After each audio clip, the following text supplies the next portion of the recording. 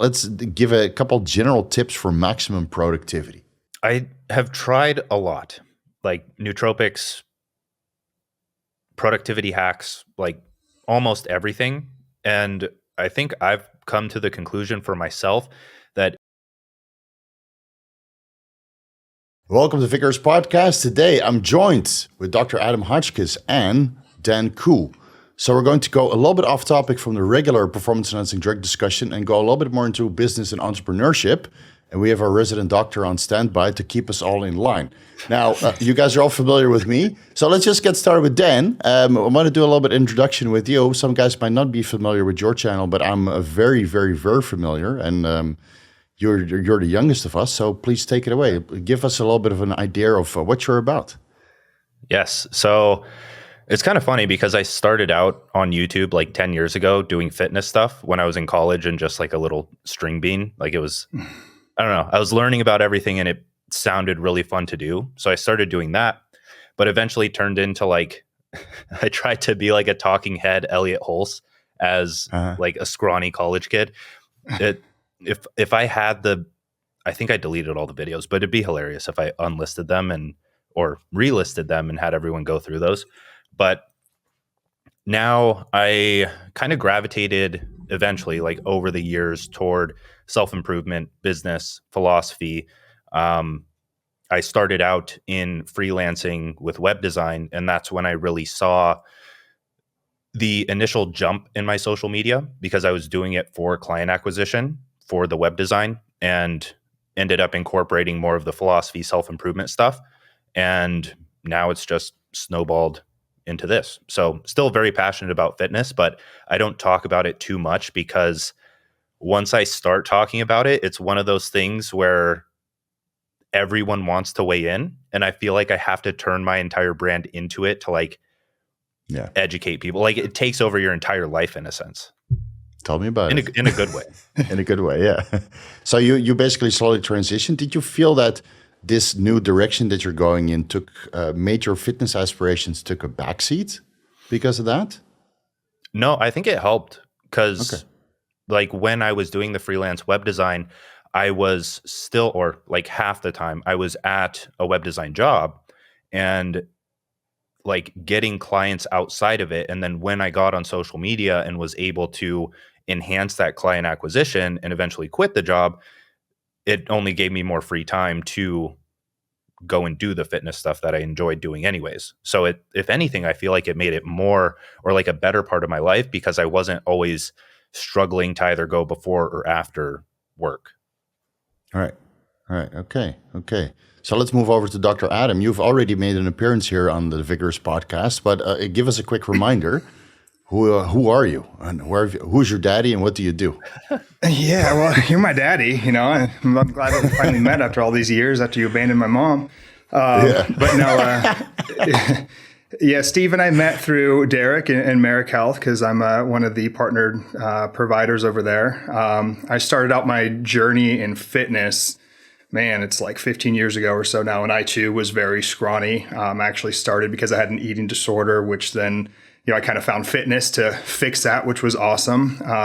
But because, I'm that kind of personality where I take everything to extreme, like can't just be thin. I've got to get an eating disorder and then, can't just start working out. I have to start experimenting with PEDs and everything. So I did a lot of self-experimentation with PEDs, but eventually went through medical training and everything. And I was actually trained as a foot and ankle surgeon and kind of left that when Derek reached out to me and asked if I wanted to join the team to do more of like the preventative, biohacking, health optimization stuff with Merrick Health.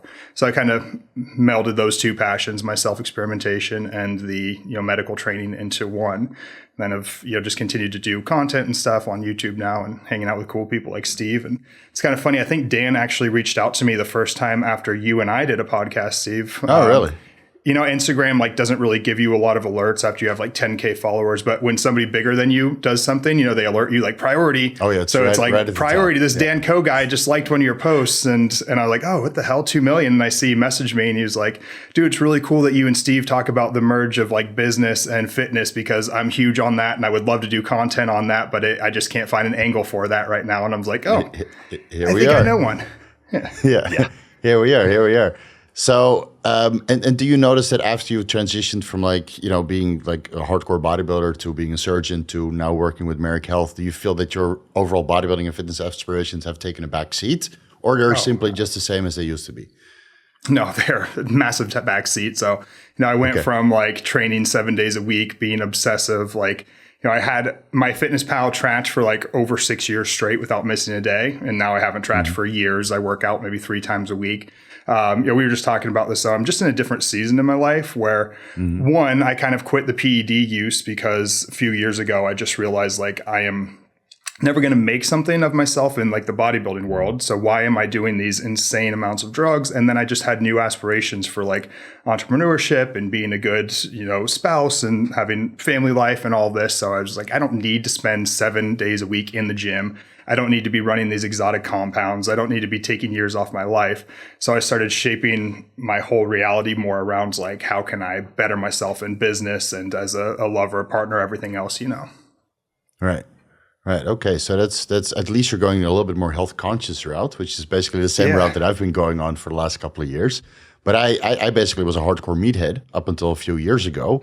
And I started my YouTube channel basically as an introduction to Thailand for bodybuilders. And that kind of took a backseat to my coaching career, which I did for about 12 years. So I think I started coaching around the same time or a little bit earlier than I started the YouTube channel. And then the YouTube channel took a major backseat because I got so many clients and I was flooded, right? I mean, same as what you're doing right now, Adam, just consultation calls and coaching people and, doing the pro-10 stuff backstage. And I had a great run with my wife, but now I'm slowly phasing out as the YouTube channel is taking off. And over the last couple of years, I realized that I'm not going to make it as a competitive bodybuilder, and I never really had the aspiration. So as I'm getting older, now that I'm 40, I'm just slowly dialing everything back and trying to phasing that hardcore stuff out of my life. But I still go to the gym 4 times a week. I still do cardio every single day. I still eat all the healthy meals. I mean, that's just a part of me because I've been doing that since 15 years old. But absolutely. I was also a financial business consultant, which I did for 6 years. And, we didn't have social media back then, but I'm happy that I adopted it because like Dan, you're 26, right? 27. 27, and you're killing it. You're fucking killing it. I love it. I love to see this kind of stuff. I started killing it as of recently, but I was so late to this social media game because, generally speaking, right, when you're like 25, 21, 25 years old and there's no social media, you just try to make career working for somebody else. Right. And I didn't really have a platform to learn from, like your platform, where you just tell people every single week, get your head out of your ass and start working for yourself. Which I love. I love that. So, I think I've been following your content for about a year now. And of course, I follow Dr. Adam's content. Well, since we got introduced through Merrick Health, you should put more content out though, Adam. I know. I'm just so damn busy, man. It's it's one or the other. If you do one, the other suffers. And, it's so tough to manage both. So that's why I had to make a hard decision to phase out the coaching career, which I still get daily inquiries. But it's simply not worth the time anymore, right? I can do so much better for my business and level it up if I take a step back and just instead of focusing on 50 people, I focus on 100,000 people, which finally now 100,000 people. Dan, why didn't you get verified yet on your YouTube account? You can do that in like 20 minutes. On YouTube? Yeah. Oh, I didn't even know. I'm not verified on Instagram because my name isn't Dan Koe. It's longer than that. And so when I submit a picture of my ID, they're like, that's not you, so I can't get verified. So I don't know if that's the same for YouTube, but I actually just didn't know. Yeah, so I'll send you the link after we're done. So I was waiting for that moment. As soon as I broke 100,000, right, I waited 2 days, and then you can ask for verification. And I was like, oh, this is going to take weeks. But apparently I got verified in 20 minutes. And then I checked your account. You have like almost 500,000 or 500,000 followers, right, or subscribers on YouTube. Yeah, and you should be able to get verified too. And it's just another check mark on your list. So we have a couple topics I want to discuss. I wanted to get started with a TRT for productivity. But before we get into that, Dan, are you natty or not? No. Okay. In terms of, so I'll go over my story because as I said, I don't really talk about fitness anymore. And with all these things, it's like, you kind of have to explain yourself in a sense. Yeah. But since fitness was such a huge part of my life for so long, I'd been training for like 10 years. And then at one point, I believe it's a little over a year ago, that past year, so 2 years ago, I started getting blood work done just for the sake of health and tested. My testosterone I tested 3 times within that year, and it was all 3 times between 280 and 315 nanograms per deciliter.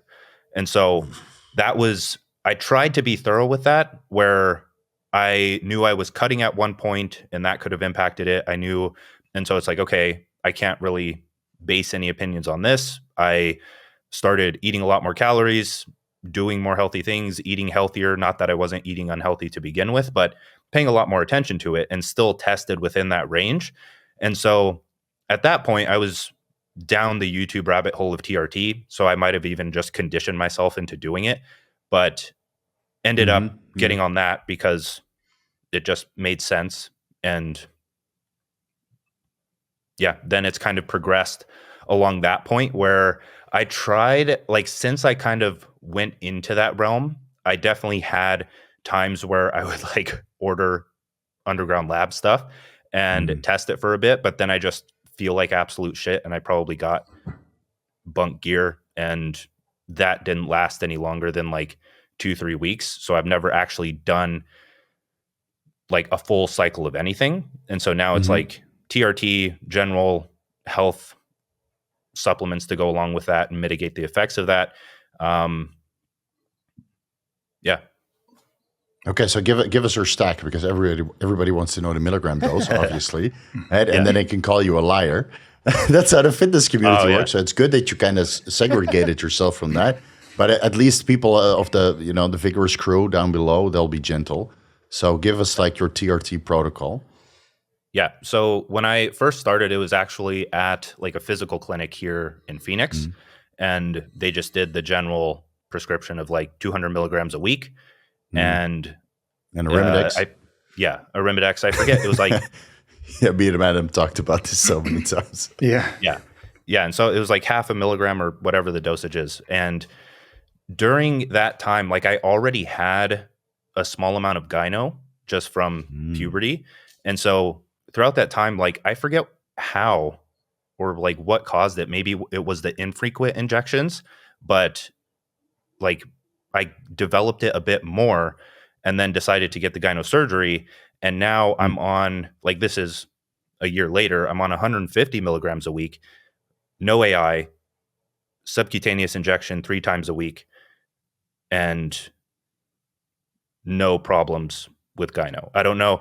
I remember watching something at some point from Derek, Leo, you, that like it could cause an epigenetic change when you get the gyno surgery. So you're less likely to even, I don't know the terminology for it, but you're less sensitive to the effects of it, and it is less likely to come back because of that.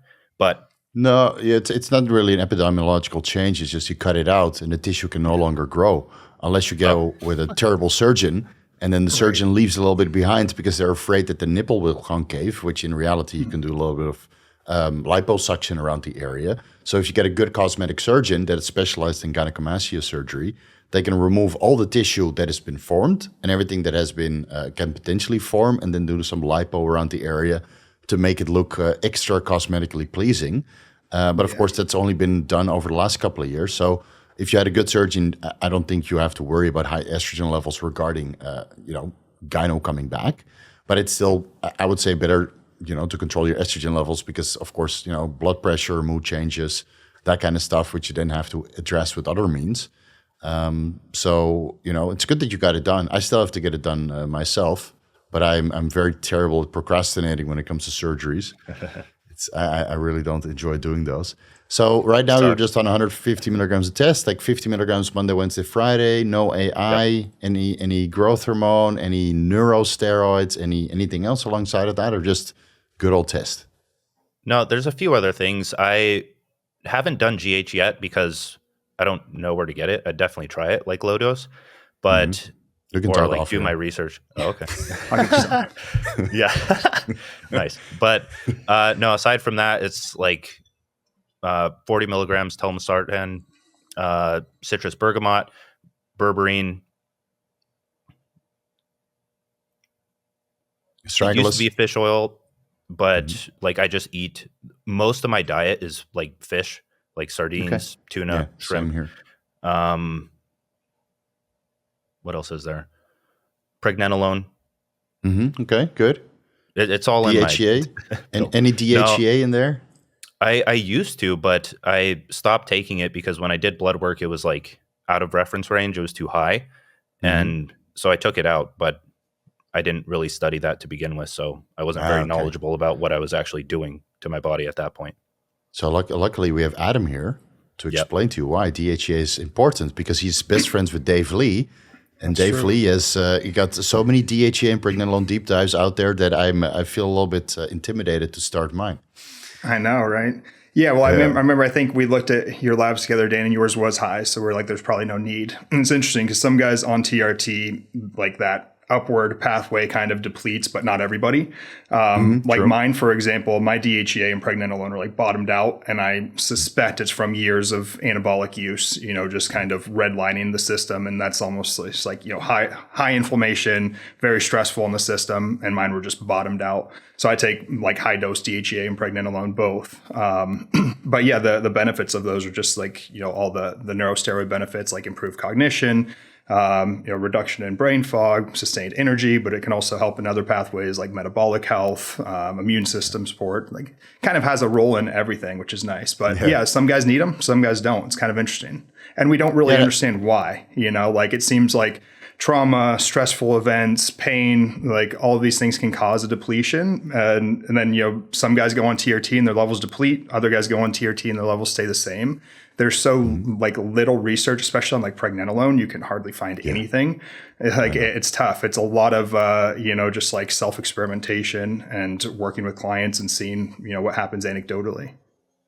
Yeah, and I think also because Dan is still reasonably young. So what I noticed in a lot of clients, I mean, I've been doing blood work consultations for over a decade now. You see the young guys, they generally don't need it. And then as you start turning older, around 30 years old, and then when you're my age, 40, then you definitely need it. Even if you took a boatload of steroids and you're back in the day or just TRT. So if you don't need it now, I mean, you save some money, right? And then if you see your DHEA sulfate levels and Pregnenolone and progesterone levels decline, you can always supplement it in. Right? And I'm at a point now where I'm off cycle, right? Trying to get my wife pregnant, just using fertility medications. And my DHEA levels were still low, even though my HCG intake is like 1,000 IUs 3 times per week. So my serum testosterone levels are like 600-700. So my testicles are responding. But my DHEA was so low that I started supplementing before I went to the US. And then I felt that I like some sort of like clarity, like a hard, impossible, tangible, like you can't really put your finger on it, but you notice it. Like some sort of clarity where I'm like, you know what?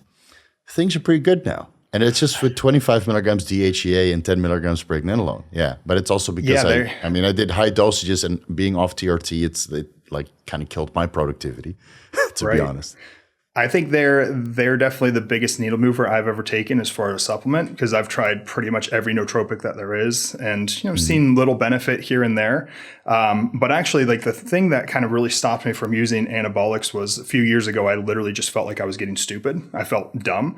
You know, I was at a loss for words frequently. You know, I would I couldn't articulate the thoughts that were going through my brain. Like I would have a thought, and I'm like, I can't find the words to get this out, and that was scaring me because I'm like, I'm pretty educated. I have a pretty high risk job that if I can't think of things to say or to do, like I'm going to hurt somebody. So like, what's going on here? And I figured like it's just this extreme neurotoxicity from all the anabolics and everything. And then I get labs, and both my DHEA and Pregnenolone are undetectable. And I'm like, oh shit. So yeah. So adding those in was night and day. I mean, I actually felt a tangible difference, which many supplements I don't. Even a lot of anabolics, I would be like, I guess I kind of feel this. I don't know. But DHEA and Pregnenolone was like a light switch, you know. Yeah, it upregulates your mood. And again, like you said, for cognition. And I think, you know, regarding the neurotoxicity of steroids, like me and Adam, we went through that phase. Luckily, Dan never did dabble that hard. And you shouldn't, honestly. Just focus on business, I would say. Yeah, that's why he's making millions at 27. Yeah, exactly. So at least he got a head start and not went through that phase. You can always do it later, though. But I would say that, like, for productivity, which people regularly ask me, can you be like highly productive and still take a boatload of steroids and train your socks off? It's difficult. There's not many guys who actually accomplished a lot besides Jay Cutler or maybe Branch Warren. Right, those two that went to the first and second place of the Mr. Olympia, and they got big fat businesses at the tail end of that. But most guys just sacrifice a lot of the business and the revenue for their bodybuilding aspirations. And like what Adam said, I did notice the same thing, where you just start to stumble over your words and you can't kind of connect what you're trying to articulate. And it doesn't matter how much cerebrolysin you take. Right, this brain-derived neurotropic factor. Trust me, I did it. I did like 5 to 10 milliliters per day. It takes the brain fog out of it, but then as soon as you stop it, maybe a couple months later, you're still, a little bit like foggy all day, and it's not good for productivity. So, Dan, after you started TRT, like, what was the change that you noticed regarding your entrepreneurship and overall sense of well-being?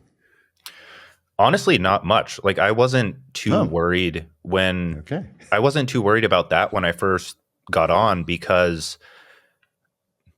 the main thing I remember is when I would like tell my friends in the space that, like, hey, I'm doing this, because I don't know, you just are talking to them and it comes up, and they would be like, oh, I had no idea your test was that low to begin with. Like, how were you doing so much before that?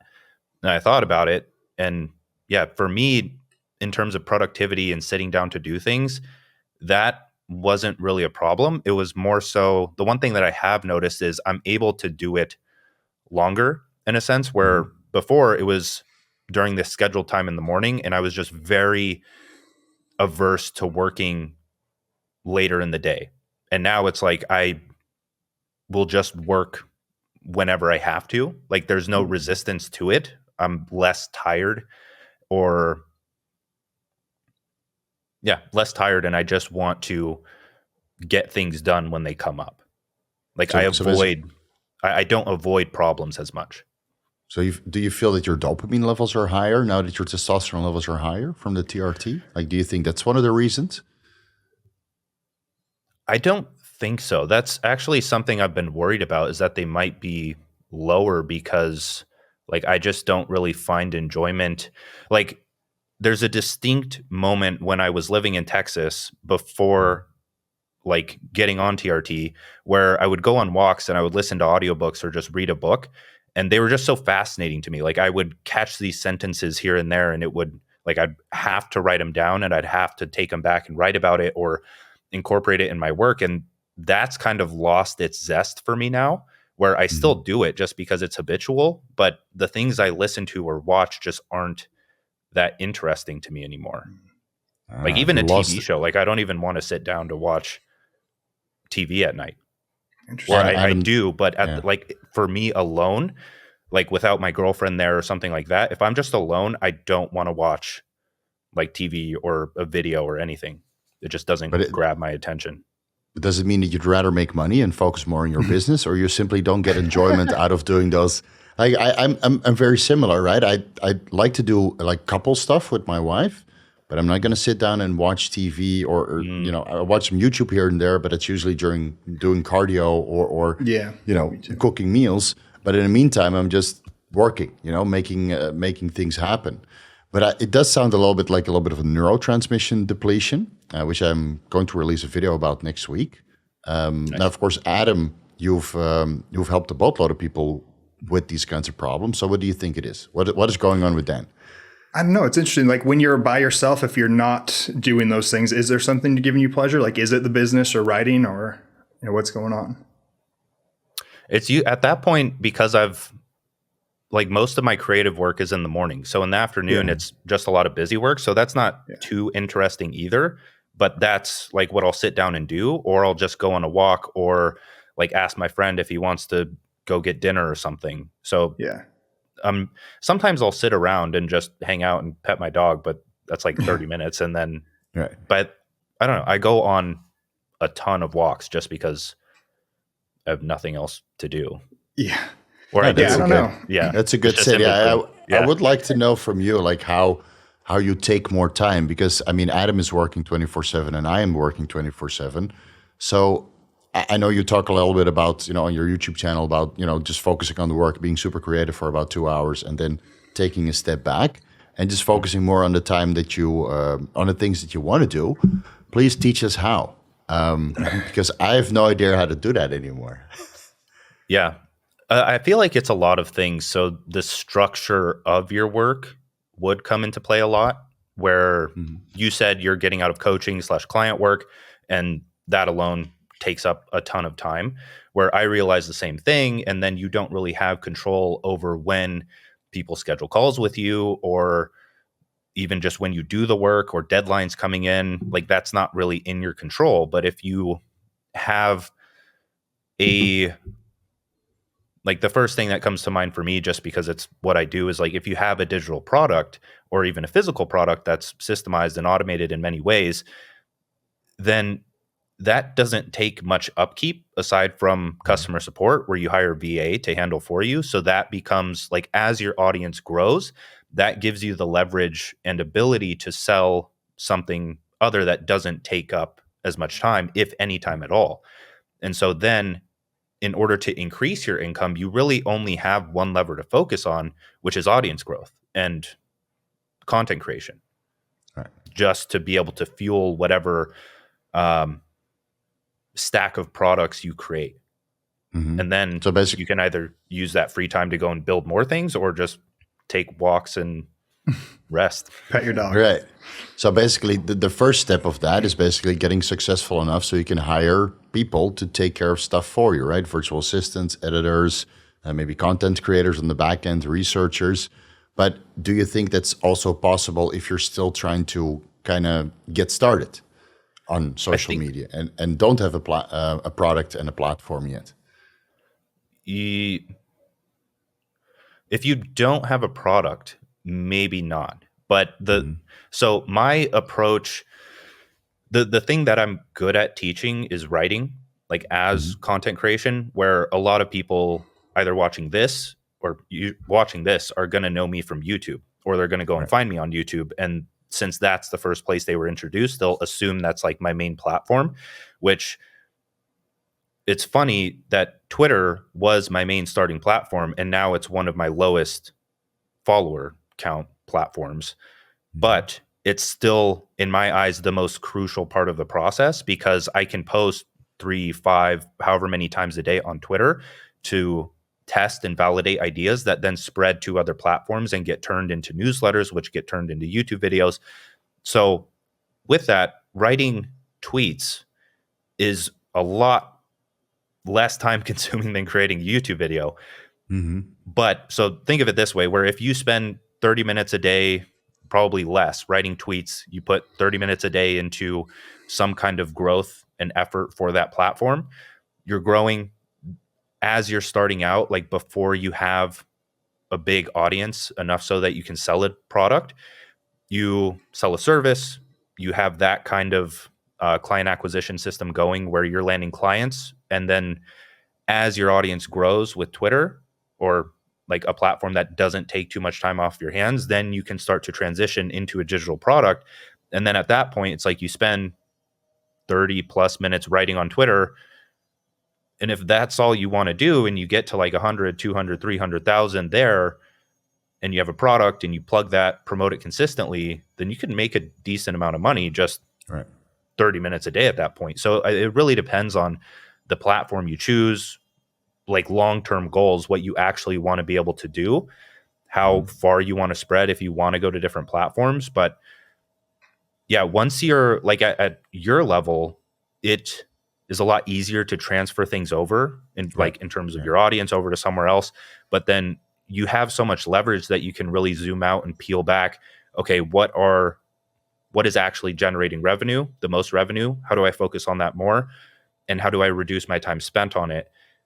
And then outside of that, how do I become okay with not working? Because a lot of people just really enjoy work. And so in that case, I don't want to tell them to stop, because it's something that brings genuine enjoyment into their life.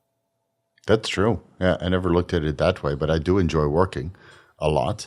So for me, it was like a similar process, right? In the beginning, I did everything myself, and then I had a couple products or services. I had the ebooks, and I had personalized advice. And then now I'm at a point where I just focus on content creation, and I delegate that to my wife and my editor and everybody else that helps me on the back end. So I can just continuously produce, but don't have to worry about all these little things. Now, Adam, you're not quite there yet. Right, your YouTube channel is still quite small, and you're busy being a doctor and supervising people. So what's your kind of game plan? Hearing the possibilities for people around you. Yeah, that one's tough because I'm kind of limited in my current capacity as a provider. So I think eventually, if I want to, follow my entrepreneurial spirit, that I would have to leave that and do something. That's kind of the premise of the social media platform, is having it in the background right now to start developing an audience so that eventually I can have some product or service that could, be distributed to that platform. Kind of hard though, because, like I said, I'm limited right now with having an employer. I obviously can't go off and start creating a competitor, nor do I want to do that either. So I'm always torn, a little difficult. It's kind of hard. Most doctors actually aren't very rich until you become something outside of being a doctor. We all talk about, we use those funds as becoming a doctor because, you're going to make more than your average person. You're going to be making, 300 to 700,000 a year. And then you can take that and invest that into some entrepreneurial aspect to actually make money. And that's kind of the season that I'm in right now, is just developing that nest egg so that I can, take it and put it into something else eventually. What that will be, I don't know. Stay tuned. It'll, subscribe to the YouTube channel and you'll know once I know. There you go. So do you have any products? But you have some affiliates, right? So that you can kind of plug and just make some additional revenue on the back end. I mean, affiliate programs are a very good way to make some money. Yeah, for sure. The affiliates are great, and Derek's helped with that. So I've got the Gorilla Mind, I've got the Intelligent Shop. My wife and I have a nutrition coaching platform because she's a dietitian, and she actually just stepped away from that. And now we're just hiring dietitians, and we're taking a cut of the clients that we give the dietitians. So that's nice. So I do have that business, which is separate. But yeah, outside of that, just pretty much grinding. Right now, I trade my time for money, which is, I don't suggest most people do, but again, I'm in that season where I have to do that at this point. I'm one of those guys who likes work. I don't know what I would do if I wasn't working at least 8 hours a day. I would feel stir crazy. And I was actually kind of wondering too, Dan, I wonder if because you've hit these milestones that you've wanted to, that it's hard to feel that dopamine. The most depressed I've ever really been was the day after I graduated school, because it was I had been working for that for 8 years straight, and then it was over, And I know your book just came out. You've had a lot of growth on Instagram. You've had a lot of growth on YouTube. If I were you, I'd kind of be well, what's next? And I would kind of feel down because I get that way. When I'm actively working on something, I think you have a new venture that you're trying to build up, which is probably exciting, but you've had a lot of milestones that you've hit. And sometimes I know personally, I kind of get dopamine depleted at that point because I've been so revved up and ready to achieve it. And then once I do, it's just over. So I've kind of tried to not even celebrate wins. That's one thing that helps me is when I hit a win, I'm cool, and just keep doing the next thing. The whole graduation process fucked me up because it was such a big buildup, 8 years until you get that diploma. And then the next day I'm okay, what do I do now? This is. You start at the bottom. You start at the bottom. That's what I did. I still had some contacts in the business world from, internships. And then I started, and you have to negotiate your salary and contracts, and it's quite an undertaking. So I'm happy that it's all behind me. And I think, Dan, you never really had to undergo that much, right? Because you were smart enough to kind of, go into the self entrepreneurship route. But it's brutal, man. If you graduate and then you have all these accolades, but you basically start at the bottom again, because now you have to build up working experience. And I don't think there's anything wrong with, gaining working experience, because you can figure out what's going on in the business, what is right, what is wrong, where are the gaps, which gaps you can fill. And then, if you're smart enough, filling those gaps can make you a good amount of money, right? So, and again, I'm not against trading your time for money, but it has to be to a limited capacity, and you have to charge accordingly, right? But the charging accordingly takes time to build up. So when people look at my rates now, they think I'm insane, but it's just, it's very high. It's very insane. But the reason why they're at this point, and it might be higher in the future, is simply because I don't have more time and the demand is too high. Yep. So sometimes I see it in my comment section, Steve, why do you charge $1,600 for an hour? I said, well, if I charge less, I'll be on the phone for 5 hours a day. Yeah. It's already an hour per day. Yeah. No, it's insane, dude. Yeah. I like before I increased, I had a consistent 2.5 to 3 hours per day. And those are 1 hour consultations, 20-minute consultations. But a 20-minute consultation takes 10 minutes to prepare for and 5 minutes overtime. And then another 5 to 10 minutes for an email. So a 20-minute call is like 30 to 40 minutes in reality, right? With the email back and forth. So you basically only get half of what you actually charge, right? Because it's double the time. And then you put that all together with the overtime and you realize that, I'm done with my consultations and it's 4:00 in the afternoon. Now I got to make a video. Good luck.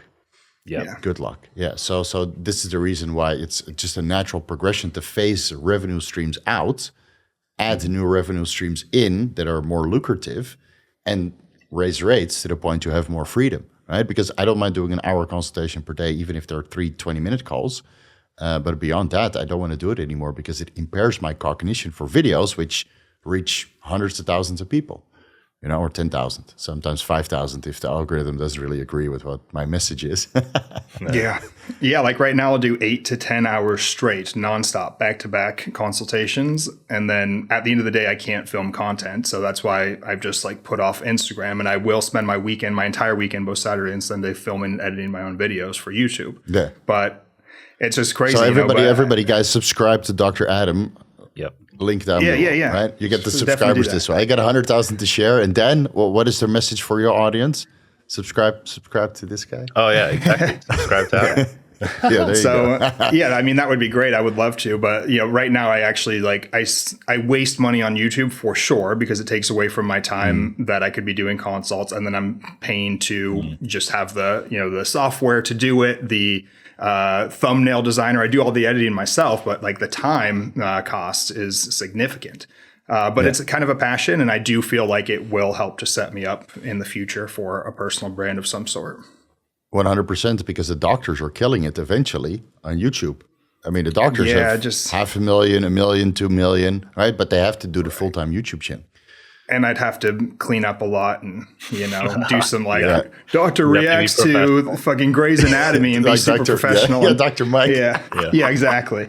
And I couldn't talk about all the steroids I've done. And even Derek wrote me and he's like, dude, you cuss a little bit too much on YouTube. Stop that. I'm like, oh, fuck. Okay. Oops. Oh, fudge. Oops. Yeah. Oh, no. Don't worry. I set it to, mild swearing. It's fine.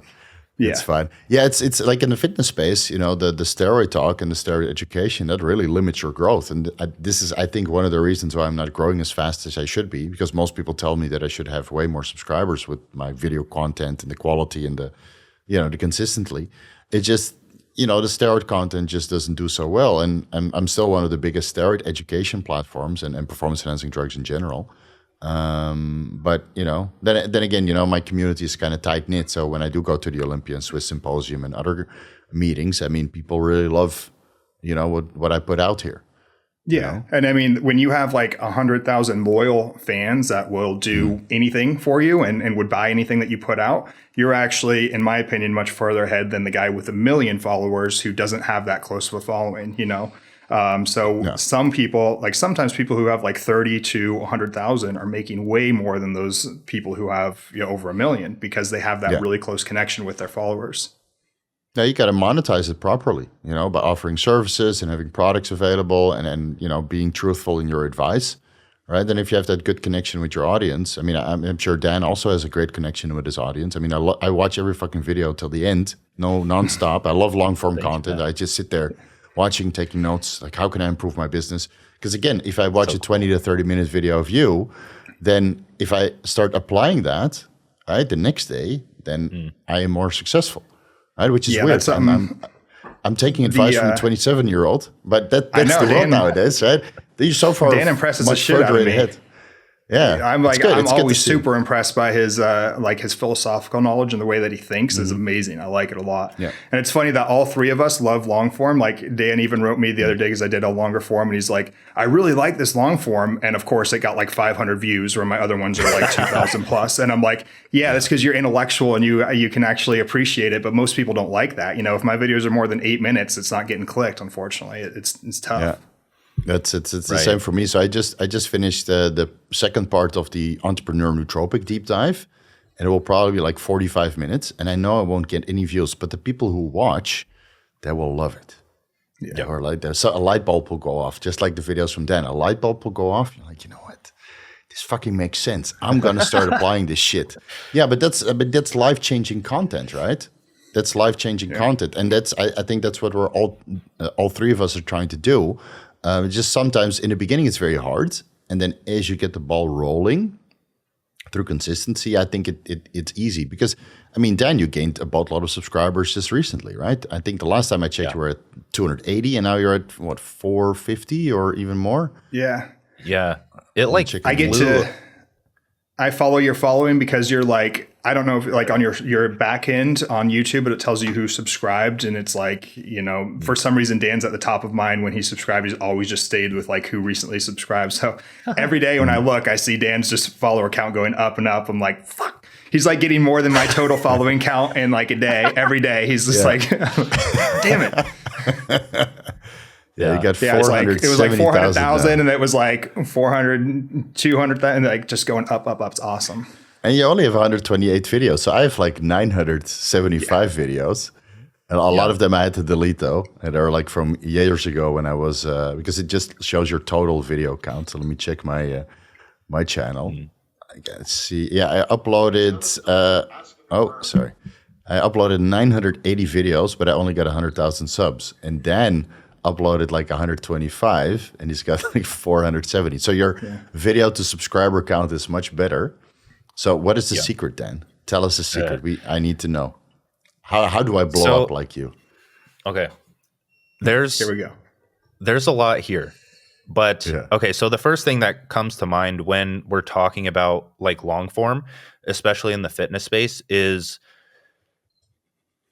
the person that comes to mind to emulate, or at least like bake some content in, like, if you want to, because knowing your audience, Steve, this probably isn't a good idea, is to do something like Greg Doucette, where you incorporate those occasionally, because one, it could be entertaining if you do it in your own way, but two, it has like that much more reach. So it's like a much broader topic that's more digestible to like the fitness community overall. And then that's kind of what starts the, let's say, nurturing or trust process, where they get introduced to you and they're like, oh, this video was good, but maybe they don't subscribe, but they watch the video. So another one of yours shows up in their recommended. They see that, and then it's a much deeper one. They stick it out longer there, and then they become a fan. And then they watch another one, become a super fan. And that's kind of how they're indoctrinated. So the top of funnel video, like incorporating those sometimes, even though it's not the most necessary, but could increase growth a bit, may help. And so the same with you, Adam, is like, you had the ones that were like quick, choppy, like very attention grabbing, and those worked. And like you had a very good style with those, but then like balancing it out with the long form occasionally if you want to.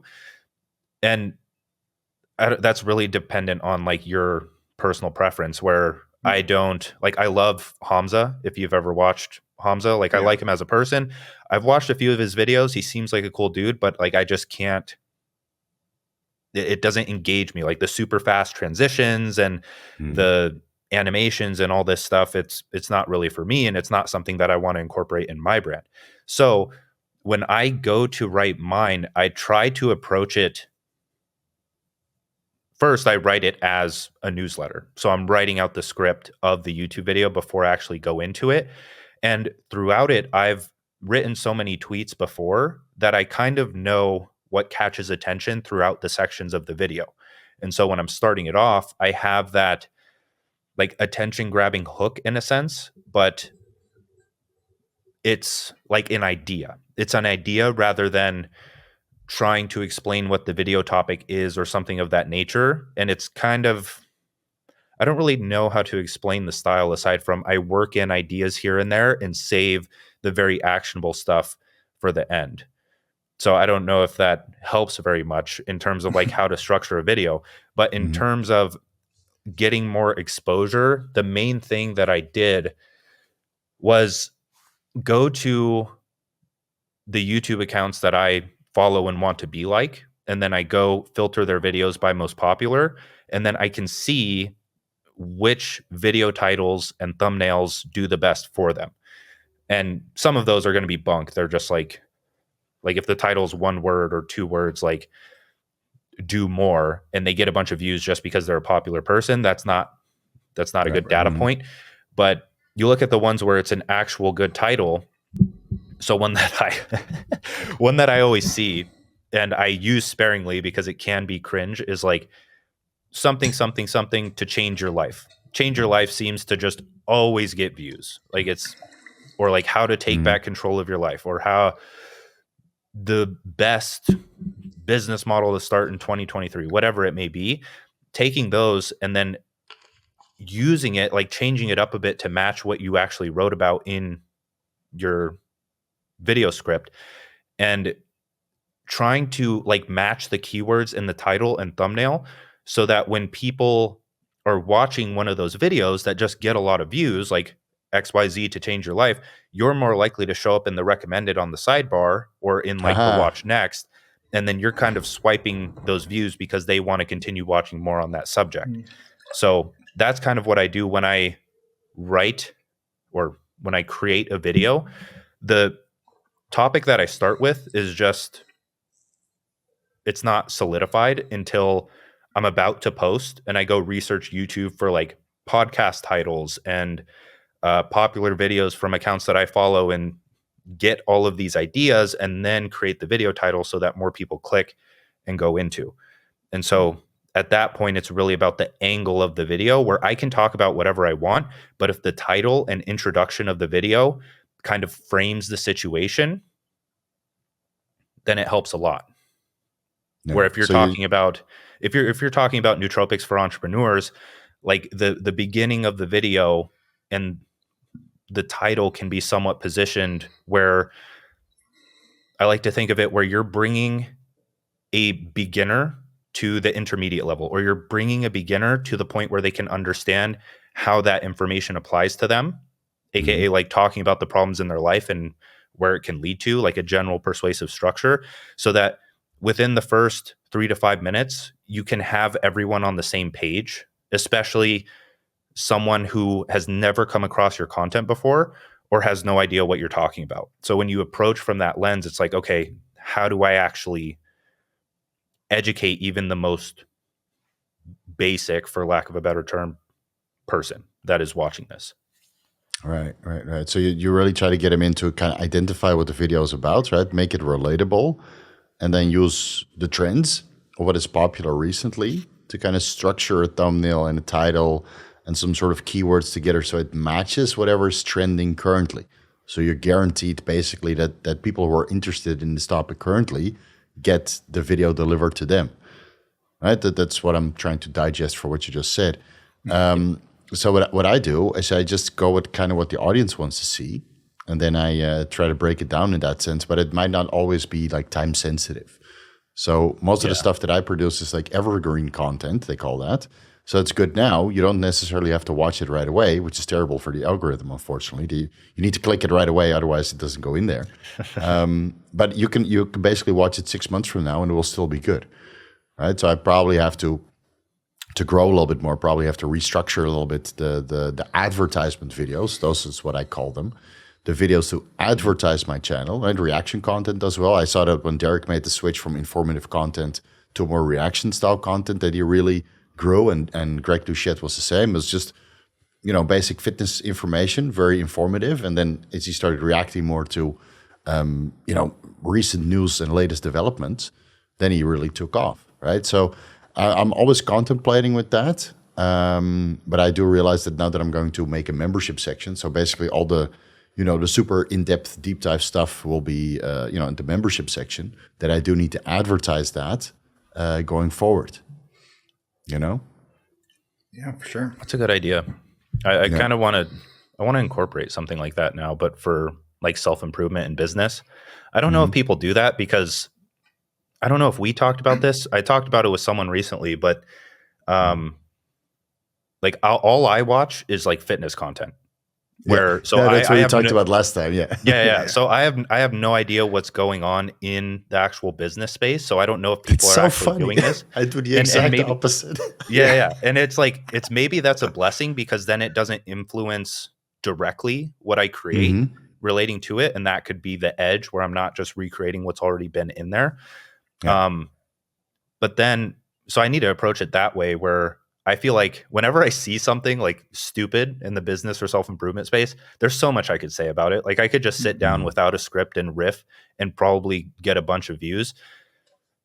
But then it's like, I don't know. I have something inside me that like I would have to, the first 10 minutes would be like, I'm not here to like talk shit about this person. Like I'm not here to talk down about them. I just want to talk about the idea and like reframe it. And there's always something that feels off with me when like leveraging a name to get views. But that when I actually think about it, there's like nothing really wrong with that, as long as I'm not completely lying or fabricating things about that person. I think it's super hard for me to do message.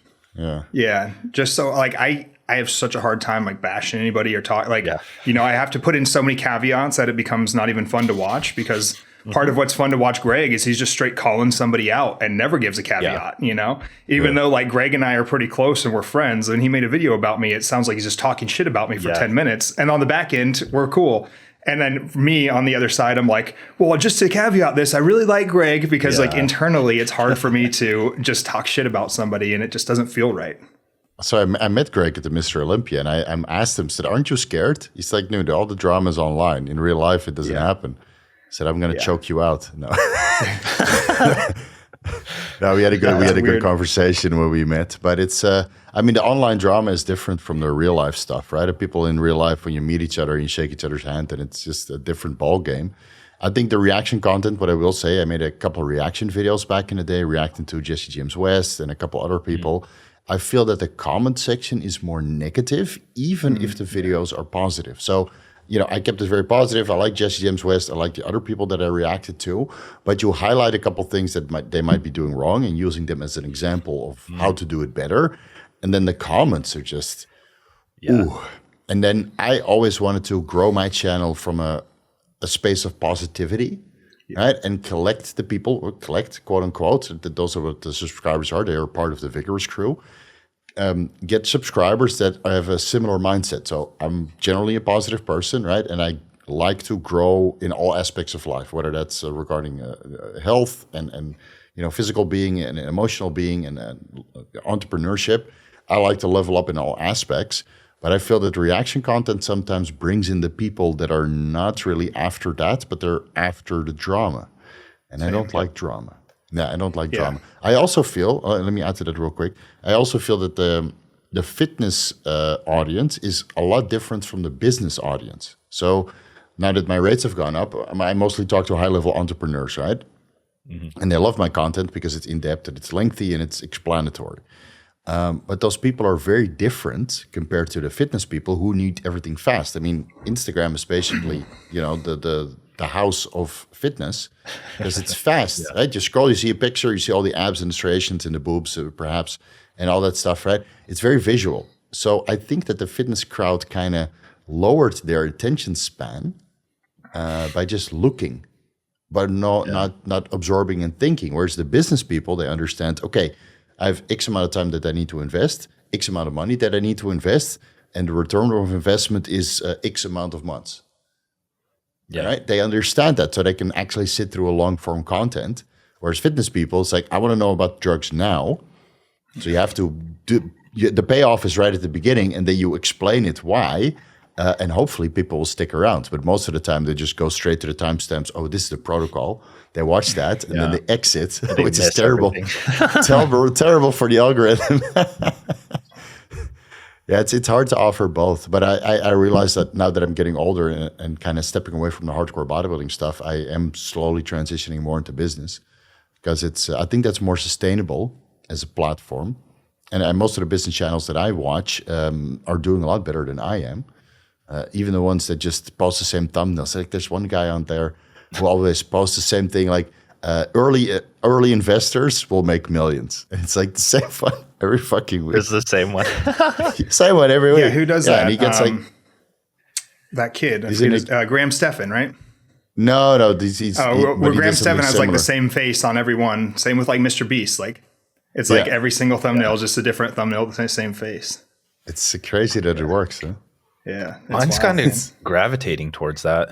I'm using the same template for each one now, but I try to make my face look at least a bit different. Yeah. Maybe I should just use the same fucking one that like does the best. Yours are funny too, because it's, it kind of goes against the grain, which is nice, because I think that's why people click, because everybody got more, like even mine are more like that Mr. Beast, like grab your attention. And then eventually that just becomes part of everyone's doing it. So it doesn't grab attention anymore. And then yours are different. You just see this dude with like staring into your soul and you're like, what the hell? Yeah. Well, it boosts the algorithm too, because the first few comments are just like, dude, stop giving me the death stare. Right. That's it. They just comment on it. Or like one video that did really well that I wasn't expecting to do well was when I got my hair cut. Like when it was long and I got it cut and everyone was just pissed in the comments. Why'd you cut your hair?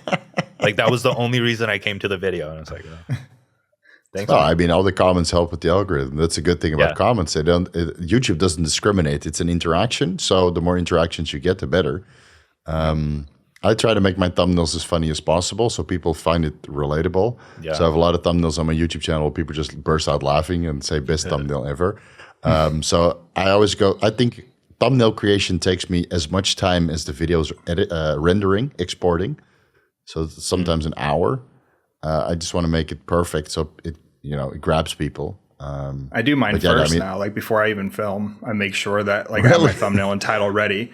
And then because I want my first few seconds to be exactly like the thumbnail, pretty much, like almost even the same scene, so that people know exactly that they're getting what they clicked on. Because there's times when it's like, I went to Disneyland, and the thumbnail's that, but then you have to make it through 5 minutes of a vlog before ever seeing Disneyland, and the person clicked on it hoping that they were seeing Disneyland, So that's the way I look at it, is like, I want my package to be what's on the inside too. So when they see the thumbnail and the title, like I almost try to say the same words that the thumbnail or the title is, like, like how to stop hair loss. And then I open up like, today we're gonna talk about how to stop hair loss, like immediately, so that they know they're getting what they clicked on. Yeah, but, what I noticed, I have the smallest follower count here, so. No, I mean, hey, dude, everything that you share helps, right? So what I noticed that worked for me is that now that YouTube has gone over those hover videos, right? You don't even have to click it, but you get a little bit of a preview. So I treat those as a short or a reel. So I put a little bit of a subtitle. I make the editing fast, red zooms, emojis, that kind of stuff. And that grabs people for the short form and the long form. And without even clicking on it, they already get a little bit of an introduction on what the video is about. And so you basically have like an elevator pitch. It's like 7 seconds long or 10 seconds long, where you can just introduce people to the video without even clicking, and then entice them to joining, right? And then you have to keep their attention by kind of delivering right off the start, because otherwise they're not going to stay. But yeah, I mean, the YouTube game is pretty hard. But I think that in the beginning it's harder than later on, because you kind of have to go with what your audience wants and then just give them more of what they actually want to watch. And then once in a while you put a video that you want to make. Otherwise you're going insane. Yeah. The people didn't know they were getting a YouTube tutorial today. We got, we got Dan taught us. So many people want to get on social media nowadays, and it has been life-changing for me. Going from a boring, sometimes coaching job, which is regurgitating the same information over and over again, to a little bit more exciting, just getting paid for research basically, and then making videos about it.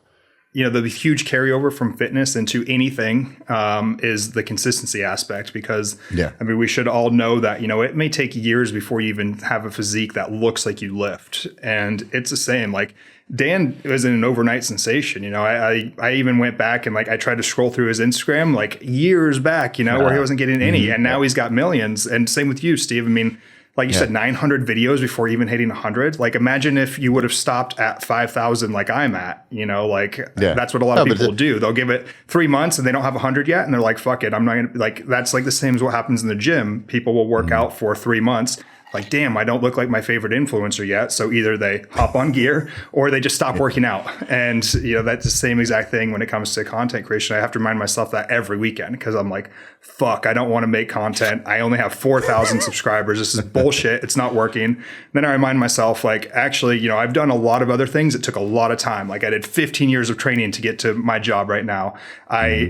15 years of school training, also 15 years of lifting training. I've done things in long time horizons, and I need to do this again. When I look at YouTube, I need to look at where am I going to be in 5 years, not where am I going to be in 5 months, because I may only acquire 1,000 subscribers in the next 5 months. But if I keep doing that for enough 5 months, consistently stacked together, I'll eventually have a decent following.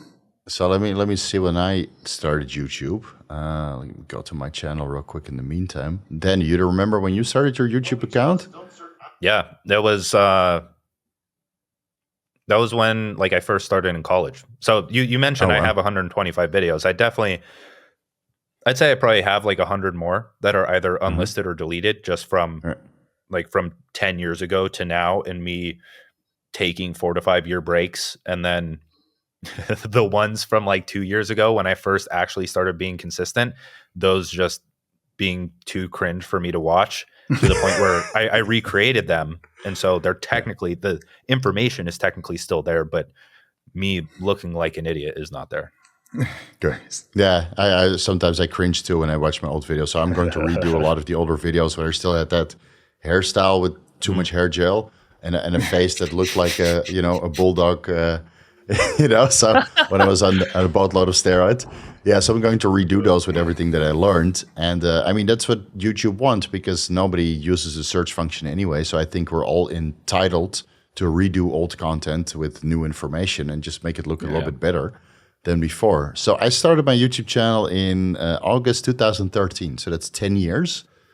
But to be fair, I was only active the first year, and then I took about a 4 or 5 years break. And I think I've been back on YouTube for about 4 or 5 years. But yeah, it's been slow. It's been slow, but the people who don't get there are the people who quit, right? Yeah. So it's that simple. The people who fail at business are the ones that quit, that threw in the towel. And all the success stories that you hear, when they really open up, they said, the first 6 businesses that I opened failed. The amount of revenue streams that I let go. So many revenue streams that I just said, oh, fuck it, it's not worth it anymore. But I still made a little bit of money. But I think that's what entrepreneurship is about, right? You want to get financial freedom, and you just have to do stuff until you find something that you really like doing, and that hopefully also makes a boatload of money. So you can. Steve, do you feel like TRT has helped with your resilience to that? Because I often question that myself too, because I've been on now for so long, just due to almost very quickly getting on PEDs and then having to be on. I've never really felt levels of low testosterone, I don't think, but I will definitely say I'm very driven. I have a ton of resilience, much more than most people. I can do things for long time horizons with very little reward and just keep grinding and, just sitting in the suck. I don't know if it's a testosterone that does that or if it's my upbringing or what it is, but I know it was interesting that Dan said that he didn't really feel like it helps too much. What do you feel, Steve? So I've been off testosterone since the beginning of this year, right? And I use ATG and FSH. So I'm at about 80% capacity, I would say. So I know what 100% feels on TRT or a steroid cycle. And I'm super driven. I'm a killer, basically. I just don't stop. I work 6.5 days a week, and then my wife drags me away from the computer and said, hey, let's take some profit. All this money that you're making, let's go spend it on doing something that we like. And I'm like, yeah, of course, fuck, let's go. All right, let's have some fun. So this is the taking profit part, basically. So I take profit every week, every Sunday, like today. I go out, I have fun. And as long as I have my fun on Sunday and a holiday once in a while, then I'm good, right? I can grind. Now, I do know that on TRT or anything over that, I'm more productive, more driven, more go-getter, positive aggression regarding business than I am now. But I was also good at business. I mean, I did my entire career as a financial business consultant without TRT, right? I just went to the gym, was a bodybuilder. I didn't take any performance-enhancing drugs. My testosterone levels were like 600.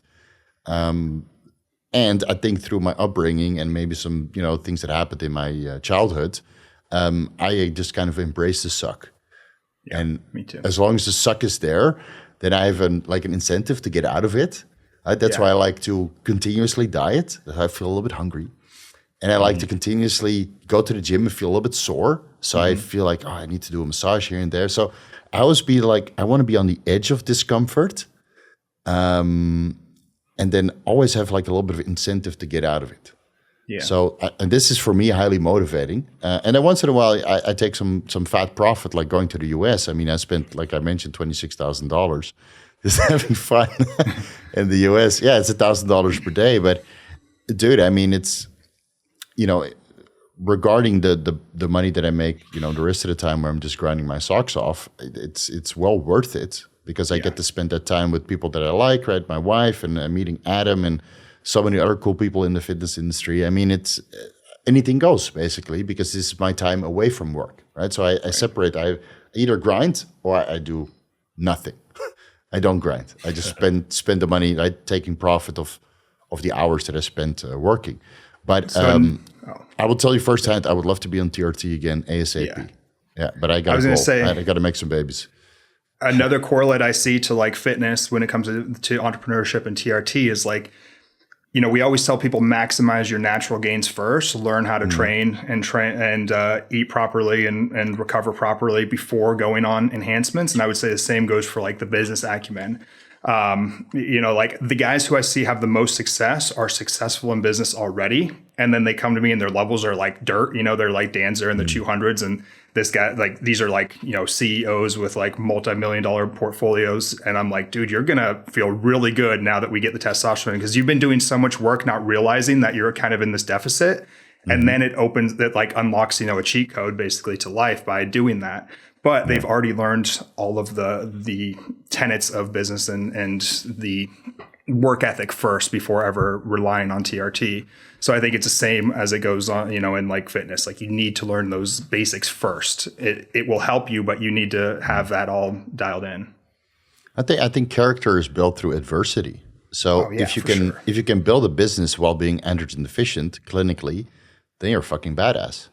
It's that simple. It's that simple, right? A lot of people would just, I feel so tired and make all these excuses. I can't get out of bed. I need some TRT. And then they go on TRT and all they do is go to the gym with it. Yeah. The other day, they don't even use it to make money.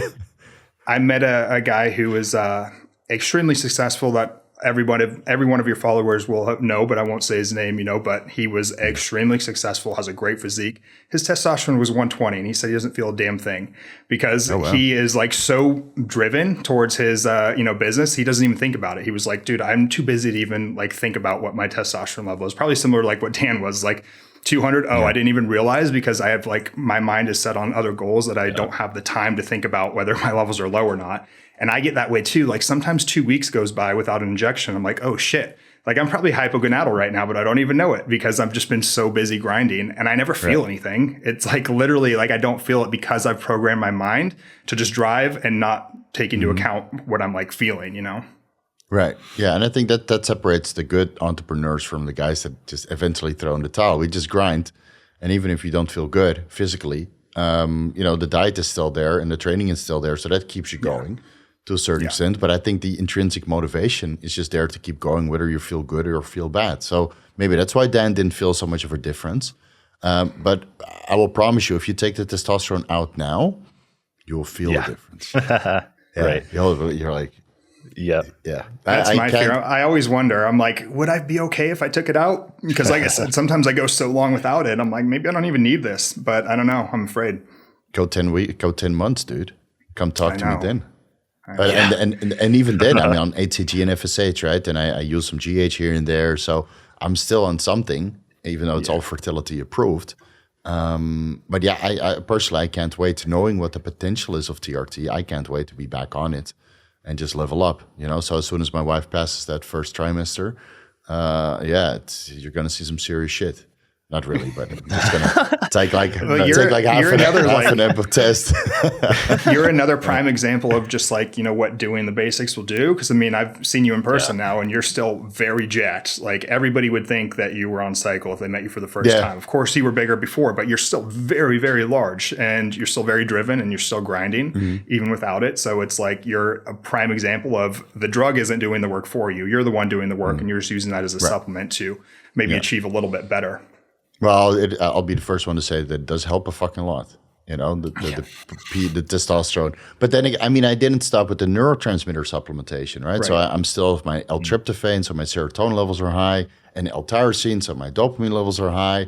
And I take a little bit of glutamine for intestinal health, so my glutamate levels are high, right? So in here, it's all functioning, but from the neck down, it's like compared to where I was before, I'm like, You go to the gym, you're like 75%. You're like, why am I here, dude? Yeah. I better go home and make some more money. Beneficial for business though too, because you're not like just caring about getting jacked, and you're not caring about fucking everything that walks. You're just way more driven on your business, because it can be a hassle to be way wound up as far as libido and like it's a fucking handicap also. Yeah. So that's why I think when I go back on, like I want to do the Chase Iron cycle. As Dan, you probably don't know this, but like one of our friends, Chase Irons, is a bodybuilder. He's taking like 5 grams of gear. He's coming off now.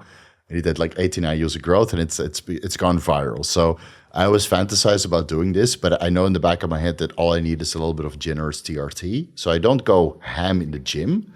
I can still keep some reps in reserve, and I can still diet, not to the point that I need to eat so much food to the point that I get sleepy during the day. So I think if I'm on TRT like 250, 200 milligrams a week, I'll be okay regarding entrepreneurship, and also fulfill all of my physical needs regarding testosterone levels and going to the gym and just kicking some ass again. Because I do love that. What are you guys' favorite nootropics outside of TRT? Oh, you guys go first, because you guys love Methylene Blue, but I haven't dabbled yet. Yeah, Dan got me on Methylene Blue recently, but it's too messy for me to continue on. Yeah. So talk about it a little bit.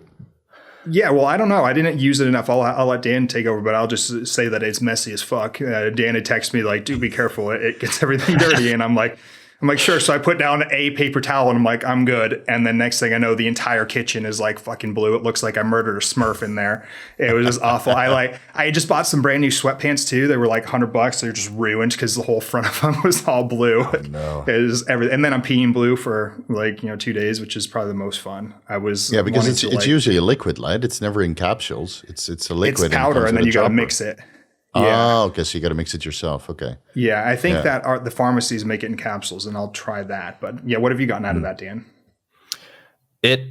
For me, it really depends on the dosage. Where I kept hearing about the benefits of it, not only like mentally as a nootropic, but just for other things that it helps your body with. But I was looking for a dosage online because I ordered the actual powder. I ordered like 5 grams of the powder, not the premixed solution. And when I read an article online, it gave me a much higher, I don't have the exact dosage because I'm not taking it from the powder one anymore. So I just use Meraki Blue and take like a few milliliters of that, which is like, I think 10 to 15 milligrams. But I read on like one of the first articles on Google that the dosage would be much higher than that. And so I believe, don't take my word on this, but when I did mix it myself, I think I was taking 40 to 50 milligrams per dose. And that would like instantly wake me up. Like I was ready to fucking go. Like that I actually noticed a lot. But with the other one where you buy it already diluted, I don't notice too much except for a blue tongue and blue pee. Right. Okay. Yeah, the tongue is blue. That's another YouTube hack Dan uses. Yeah, they just comment about that. Yeah, he's got a blue tongue the whole time. Oh, yeah? Oh, you see that in the videos? I never noticed that. Yeah, his whole tongue is like bright blue. Yeah. Ah, really? Okay, I need to increase the brightness of my my video. So you got some good response out of methylene blue. So the doses right now is a little bit too low. What would you say? Which was your favorite dosing range? I'd say 40 to 50 milligrams.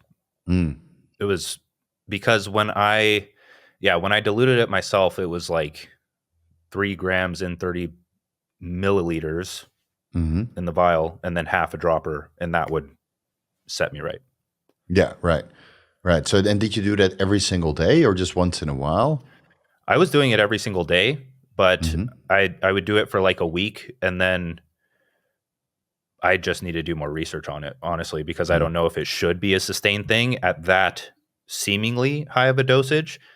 And then it is pretty high. Yeah, exactly. So I didn't want to do it for too long because I was like, this does feel very high compared to what's on the bottles of ones that are pre-mixed.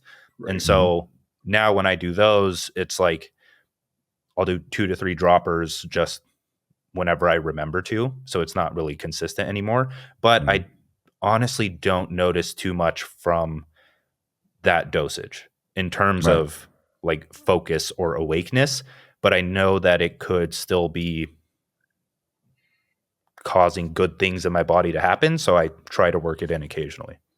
Well, I think it essentially works as like an MAOI, doesn't it? Like a MAO inhibitor. Those are always hard to say, but mono. What is it? So it's increasing levels of serotonin and epinephrine. Yeah. So it's essentially working like an antidepressant. If I remember correctly, I think it has those MAO inhibitor actions. Maybe that's why you're not feeling fired up on anything. You're basically on like an SSRI currently. You're just like stable. Good levels, monoamine oxidase very stable inhibitor. So that's going to stop the breakdown of like serotonin, norepinephrine, I think even dopamine. Melatonin. Dopamine. Yeah, dopamine as well. Yeah. So you got medications for that, and methylene blue has some similar like effects, just like St. John's wort and a couple other nootropics. So if you combine perhaps methylene blue with St. John's wort, then you get an overlapping effect regarding the inhibition of neurotransmitter breakdown. So I don't think you're supposed to do that. No, you're not supposed to do that. No, don't do that. In the deep dives. Don't do that. We'll be in the deep dives. So with methylene blue, it's like an electron donor for mitochondrial function. Correct. So that's why you get a lot of energy for it. And if you use a high dose for a longer period of time, it seems to lower your red blood cell count in hematocrit. And I'm not entirely sure why. But for endurance, for example, the dosage range is like 50 to 100 milligrams. But you shouldn't take that every day because over time it lowers your red blood cell and hematocrit, and then the oxygen delivery to metabolically active tissue is kind of downregulated.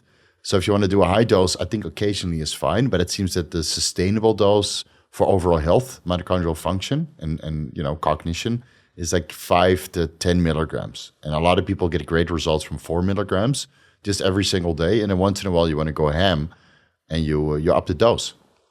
But I wouldn't do that too often because then you basically go anemic. Yeah.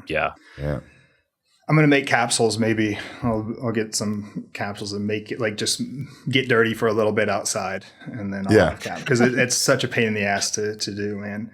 What's everything? What stains your clothes worse, DNP or methylene blue?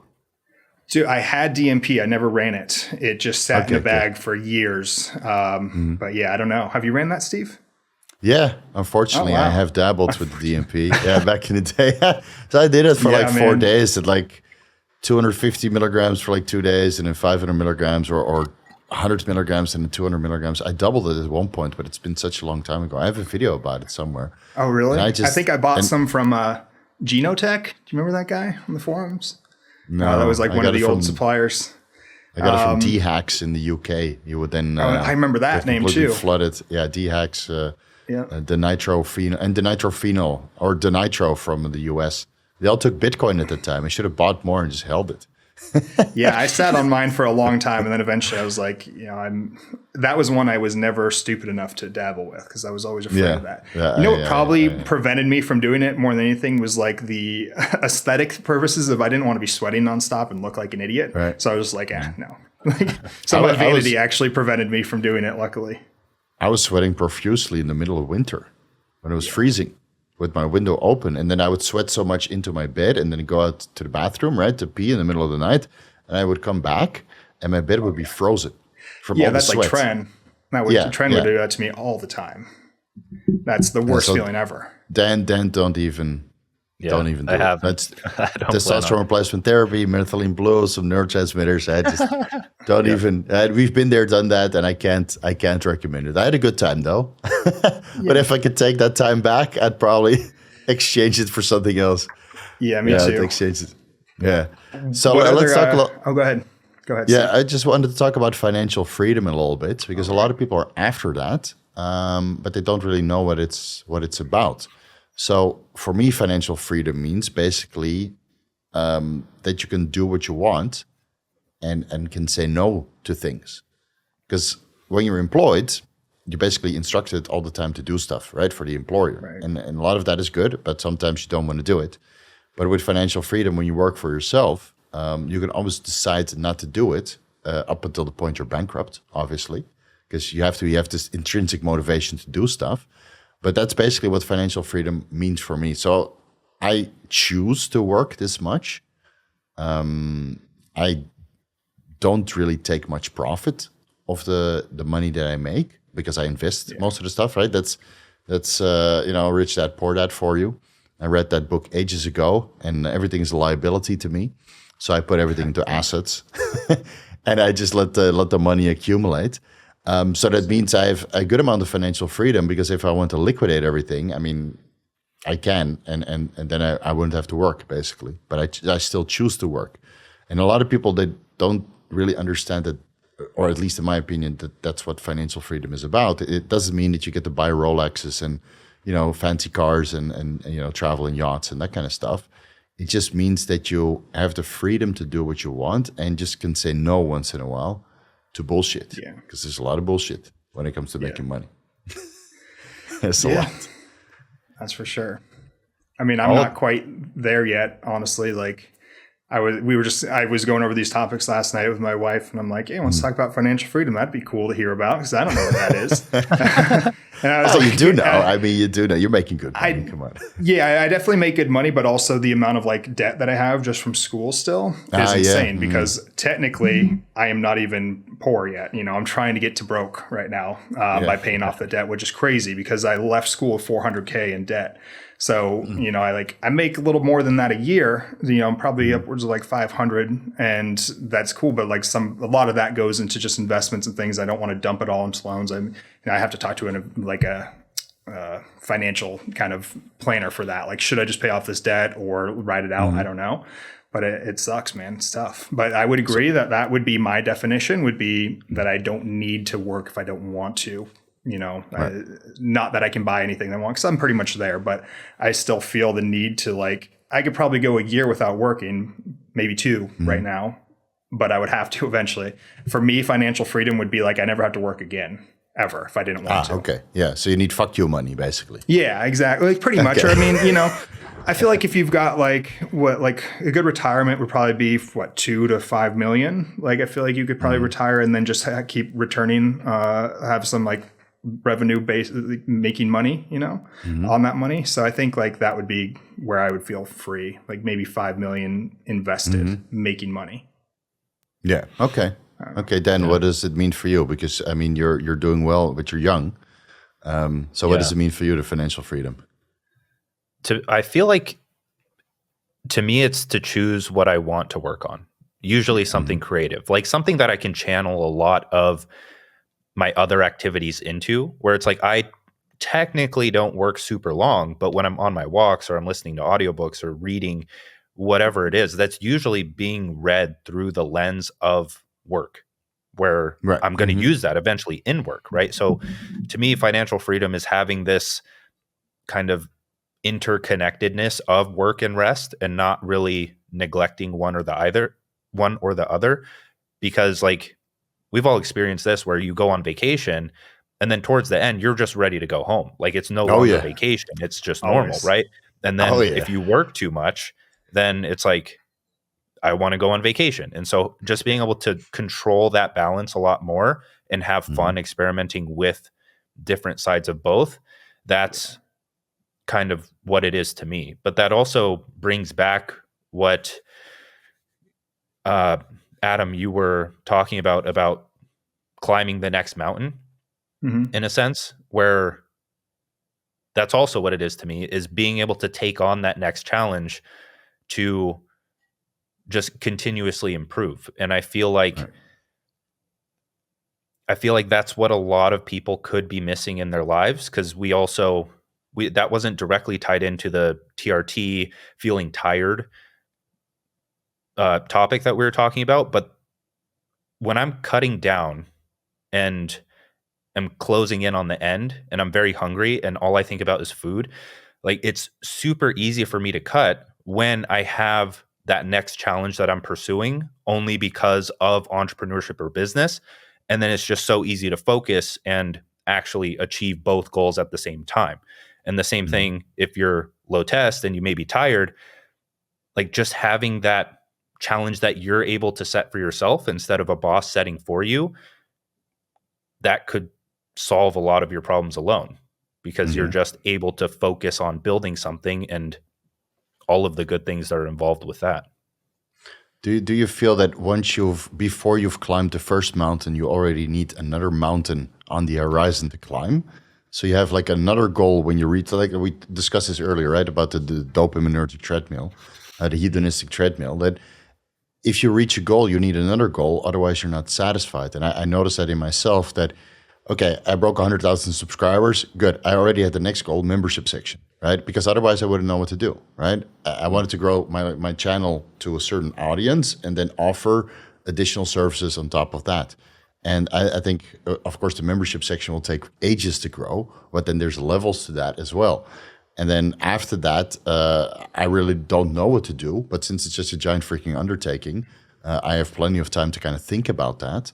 But I do think that there should be, like you mentioned, a mountain after every mountain that you climb for you to keep going. Because otherwise, you reach, let's say you make $1 million, right? As an example. Most people would be pretty happy there. But there's another mountain behind it that's 2 million, right? Or 10 million. And it's just a number on paper. It doesn't mean anything, the number on paper, because it depends on how you feel when you have that money in the bank. Right? Some people are totally happy. Some people are not. Some people are miserable. I know plenty of millionaires who are fucking miserable, fucking miserable, So it really depends on how you kind of, interpret this financial success and how much freedom you give yourself. So that's why I like, what you said, Dan, you go on holiday and after a while you're ready to work. And then after working for a while, you're ready to go on holiday. And this is basically the cycle that I find myself in.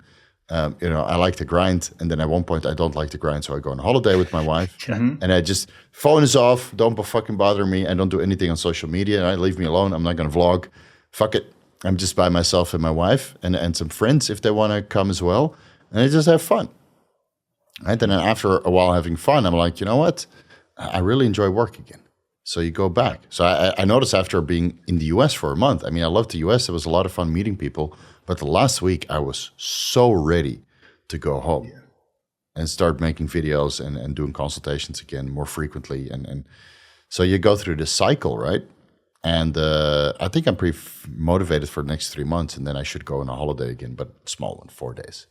Yeah, take a little bit of profit. Yeah, take a little bit of profit. So do you guys do anything for like Christmas and New Year, or, being an entrepreneur, just keep grinding? Because I keep grinding for holidays. Yeah, for me right now, I'm definitely just in grind phase, but I'm starting to like question whether or not I should grind as hard as I do, because this is like an internal battle I have a lot. Like I have everything that I could ever want or need. Like you said, like it's just a number to me at this point. And I'm like, why do I keep grinding for more of a number that doesn't make any difference to me? So then I wonder, like, am I losing out on activities and memories that I would, otherwise be having if I wasn't grinding? Like, I just worked on Thanksgiving. I worked the entire next day. I'm like, why am I doing this? Like, I don't even know anymore. So I always am like struggling. Like, do you do that like die with nothing mentality, or do you just continue to grind? Like, I need to find the melding of that. And I haven't quite been able to do that yet. But that's because I don't think I have that financial freedom. And I think like both of your explanations were great. Like financial freedom doesn't mean you never work anymore. It just means the ability to be able to pick and choose when you do work and, when you go on vacation. Like would be awesome to be like, tomorrow's Thanksgiving. Let's just make family memories instead of like thinking about work. But instead I'm like, oh, I need to hit this so I can make this much money this month. And that is not freedom to me. I feel like I'm, in a grind. Yeah. True. But I also think like if you plan in a Sunday, like I always do, I've planned in a Sunday with my wife for the last 10 years since we got together. And Sunday afternoon, evening time is sacred. So I make sure I spend the high quality time with my wife. So I have Thanksgiving every Sunday. Right? And then if you miss the Thanksgiving that everybody has, so what? There's next weekend, right? I have Christmas and Thanksgiving every weekend. So this is why I think it's important. Just at least take a half a day off, and you just spend it with your wife. And then if your friends want to get involved, okay, that's Saturday, right? You work less on Saturday. So with the upcoming holidays, I'm like, you know what? I just spent like a month in the US, 2.5 weeks of that time my wife was there, and I think 2 weeks we were on holiday, and then did some podcast collaboration. So we had, we made some good memories, even though half of the time I was technically working. So if Christmas is coming and I'm doing something and we don't go out, then it's okay, So because otherwise you have to share your Christmas with other people that are also celebrating Christmas, and that it's not as special. I'd rather do Christmas like 2 weeks later. This is my Christmas. And then everybody else is out, so you don't get bothered by all the kids. This is financial freedom also. You just celebrate Christmas whenever the fuck you want. That's true. No, it's kind of the same for me, where I have vacations scheduled for like Christmas week, but at the same time, there's things that I have to do every morning. I actually kind of have this like sick satisfaction of when I go on vacation. I like waking up like an hour earlier, and I already wake up earlier than most people. So they're not going to be awake for like 3 hours. And so I like just getting up, being quiet, walking down to like the hotel lobby and doing what I would normally do, like writing or whatever it is. And then when they wake up, my entire day is free, because when I'm doing, I'm doing a bit less work because I'm there on vacation, but I still feel accomplished. So I don't have to think about it throughout the day or like wish I was working.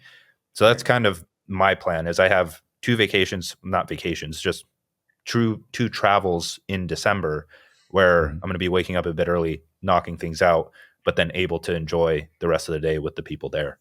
Yeah. And then it's out of your mind, right? You don't have to worry about it. You got all the little tasks done, the emails done, and then the rest of the day you can enjoy.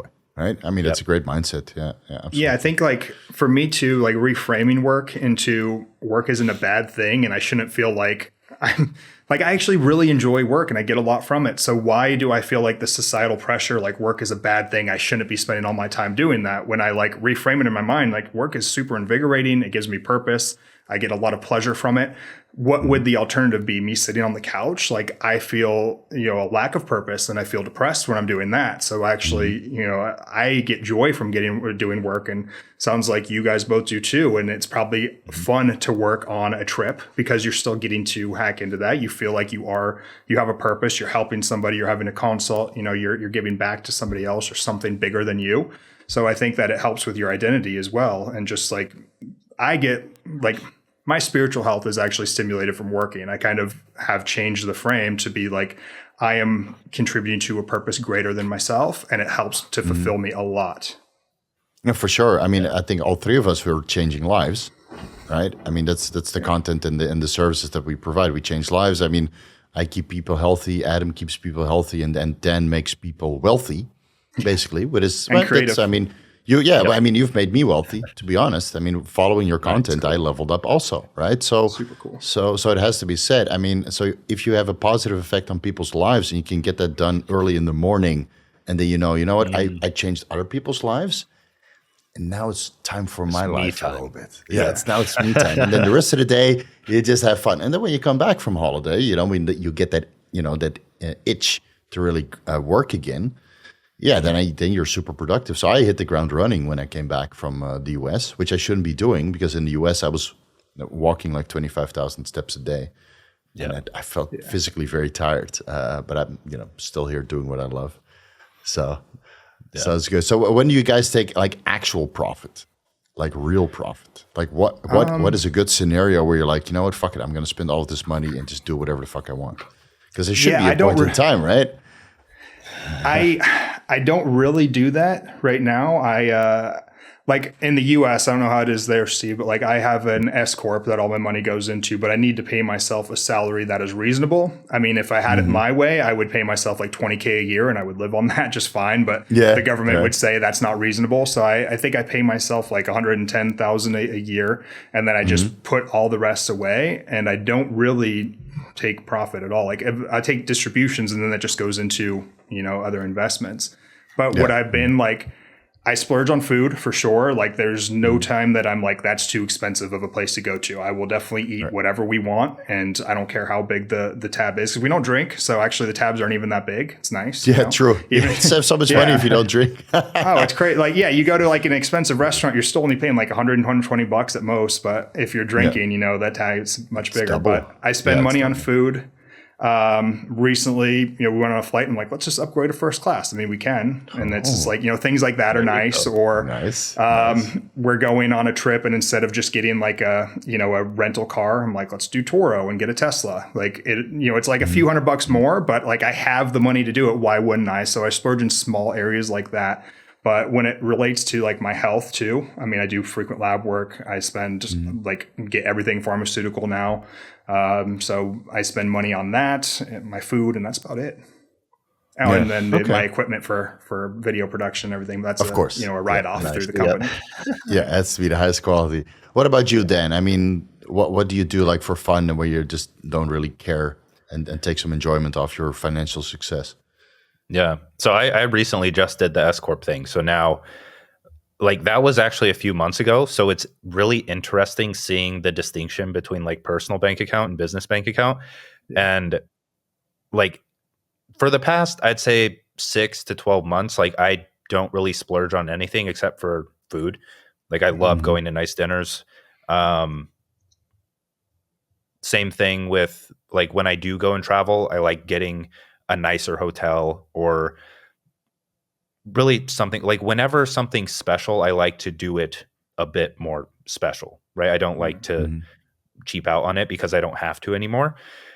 And aside from that, like again, 6-ish months ago, I bought a really nice car.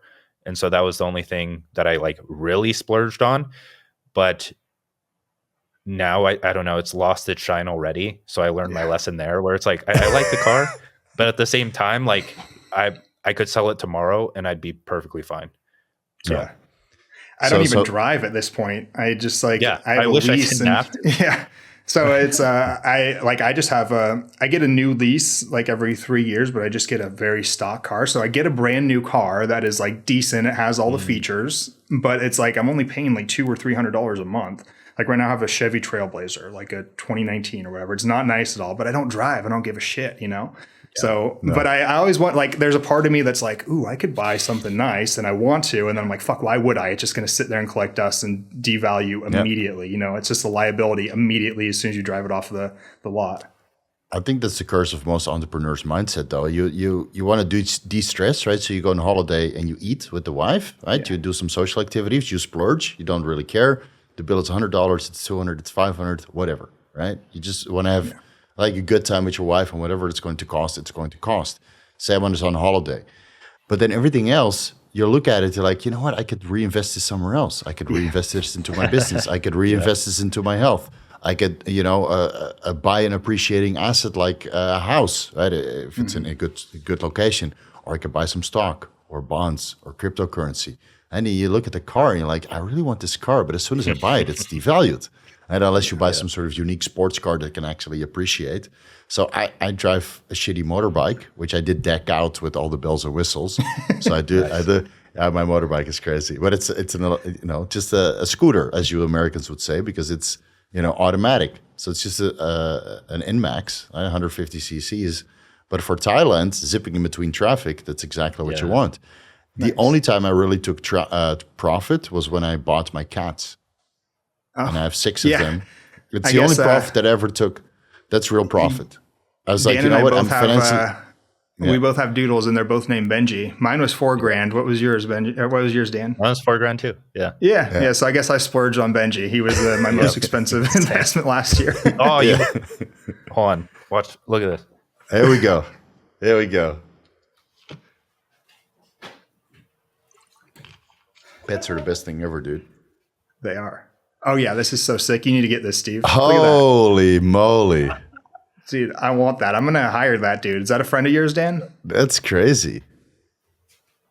Holy shit, I need 6 of those. I know. You need to get a portrait with all of yours. I need a new house just to fit all the portraits. I don't know in. if you know Dan, but Steve's a crazy cat man. He's got 6 fucking cats. Yeah. I'm an old cat man. Yeah. So I bought one, right? I during, the lockdowns and stuff, I came to a realization that I had way more money than I ever needed.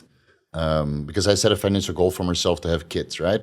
And then I reached that goal, and then I went way past it. And then, now we're actively trying to have kids, but, that takes some time, right, to build up. So during the pandemic, I was like, we should get a cat, kind of practice, see if we have time for it and take some responsibility for another life form. And then 1 turned into 2, and then 3, and then 4, and then 5, 6, about at the same time. And then all within a year. And then 2 cats showed up outside of our house one day. So we adopted them too. So we have 2 outside cats and 6 inside. That's awesome. We got the outside cats spayed and vaccinated, and and they're super cute. They're like my guard dogs. They're there every time I come back from the gym. So that's the only time I really took profit. I think I spent like $16,000 on all my cats. They're Sphinx cats. Damn. Yeah. That's cool. Pedigree isn't high because if you buy a pet, you want to make sure that it's of a good lineage, so they don't get sick and you don't have to because you get an emotional attachment with these animals, obviously. So you have to make sure that you spend the money to get one that has good genetics, because otherwise you have to deal with diabetes and kidney issues and that kind of stuff. So so I spent the money. So I think that's the real time I took profit, and the rest of the time it's just. Like you guys, if I go out for dinner, whatever, and if I go out for holiday, whatever, but the rest of the time, everything, all the surplus that I make, and I don't spend so much money every month, everything else goes into assets. I feel like I got more frugal the more money I made, which is weird. Most people are the opposite, but like, when I see that bank account growing too, I'm like, damn, do I really want to spend like any money on this small little thing that I don't necessarily need? Cause I might hit that next milestone if I don't. And I just like watching that thing crawl. And I think I really try to program myself into that early, because I started getting into finances probably like first year of school. I was listening to White Coat Investor. He kind of helps doctors and medical students on investing. And the big thing he always talked about was like live like a resident for multiple years after you graduate. Because in residency, we're making 40 to 50K a year. Like you're pretty much just breaking even on survival, And then what happens most times, you go from 50K to like you sign a contract for like 500 grand. And most people are just like, house, Mercedes, everything right away, because they've delayed gratification for so long. And I was like, fuck it, I can live like a resident for another 5 or 10 years. And so I just try to it's almost fun. Like we were talking about suffering a little bit, like when you're dieting or anything, like if I cut myself off, I'm like struggling a little bit. I'm like, I'm not going to buy the nice thing. I'm not going to have and it feels like a little bit of a struggle every single day. Like, we still are like penny pinching. Like, let's get that box of cereal because it's cheaper than that one. Even though, I have all the money that I could. No, you don't need to. Yeah, I don't need to. But in a way, it's kind of fun because it does feel like a struggle in a kind of. Yeah. So what I do every month, I start at 0. So I got 4 days left to make money this month. And then at the end of the month, everything's gone. My bank account, nothing. And that adds some added pressure. Yeah, right? So everything is already in assets, or at least waiting to be bought up when bonds and stuff kind of tanks. It's ready to get purchased. But everything in my spending account, 0. So you have that first week where you're like, oh wait, I have staff, so I need to pay X amount of dollars at the end of the month. So I need to make 10K, right? Yeah. As fast as possible. So I'm super motivated because I literally feel broke at the start of the month. I'm like, fuck, man. I got all my payments in for the affiliates and sponsors and everything is already in and processed, right? So I'm literally broke. And then the first couple of dates, it's really like, man, I can't go out. I don't have even money for coffee. So my wife always laughs. She says, do you want a coffee? I said, well, babe, I haven't made enough money yet to cover my staff. Nice.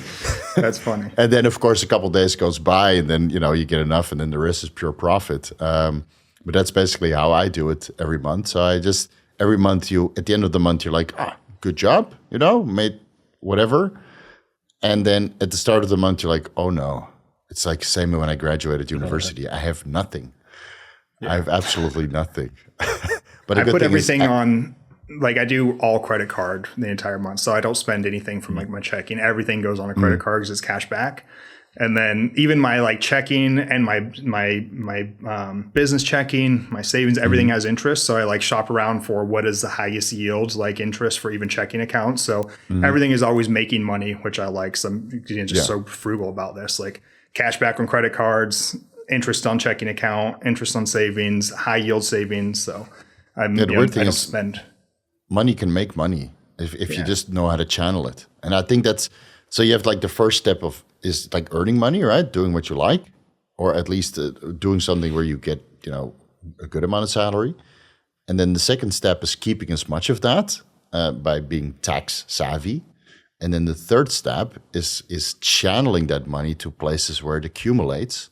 And whether that's appreciable assets or something like what you mentioned, the credit cards where you can collect points and get cash back and all that stuff. I mean, that's just another leverage point and how to do as much with your money as you can, right? And if you incorporate all of that, technically you don't need to earn so much because all the money that you make is saved and accumulating and working for you, right? The money is working for you later on, and I think that really creates financial freedom. I've been doing that for over a decade now, and that really takes the edge off.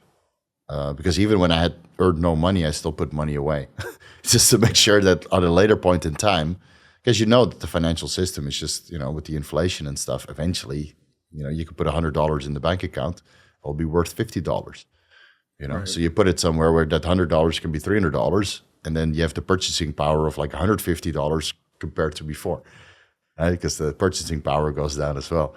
Yeah, so I think that's probably the biggest roadblock and learning curve for most people. Like, I feel that earning money is easy, but keeping the money and letting it accumulate, that's a whole another level of business that is sometimes a bit difficult to grasp. But for the people who are in cryptocurrency, right, or stocks and bonds and just general investments, I mean, they get it. So I think that's the ultimate goal of most people, or hopefully should be the ultimate goal. Spend a little bit less and save that money, or put that money somewhere where it can work for you. Yeah. Because we don't spend so much. We don't have expensive needs besides food. Yeah. Besides food, right? Let's see. Last topic I want to discuss for this podcast. Let's give a couple general tips for maximum productivity. Adam, I was just talking about this earlier. I like to remove all possible distractions. That's big for me because I was just joking because trying to set this office up this morning, I was fucking like everything would take my distraction. And I always joke with my wife that everybody is diagnosed with ADHD these days. And I think that is way overdiagnosed. And I think everybody has the capability to become distracted because we have so many other things in life. But I was like, man, if somebody's watching me right now, they'd think I have ADHD. And that's why when I need to work, like I remove all distractions. When I used to study for finals and things, I would clean my entire apartment first, make sure everything was pristine. And I actually preferred to study either really late at night when the rest of the world was sleeping or really early in the morning when the rest of the world was sleeping. And then like to date, when I work for like 10-hour stints, I use my phone as my webcam so that I can't touch it. Like I literally cannot look at Instagram or anything if I want to, which is huge for me. Otherwise, I'd have to like remove my phone. But just removing distractions is definitely the best. I also like Modafinil for productivity. And I like Modafinil. Yeah. I don't use it often, though. I've like really cut back. But the benefit that I find from Modafinil is the fact that I can feel like I can get lost in my work for hours on end and actually feel happy about doing it due to the dopamine, I believe, is what I'm guessing. Because I actually will like, it'll be shit work that's just pure grinding and suck, but I'm like pumped doing it the whole time. Just like zippity-doo-dah. Like, you know, I'm just like, I'm like, oh wow, I'm 7 hours in. This is fun. And I just like keep going.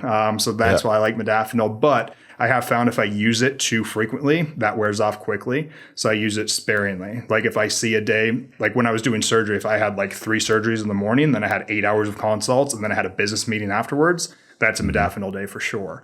Nowadays, I don't really, take it because it loses its efficacy. Podcast days, I did it today because you guys are pretty chill. I didn't think we'd get too crazy into it. But if I'm going on another podcast, I'll pop one because it just helps me to kind of improve my, sense of well-being, I guess. And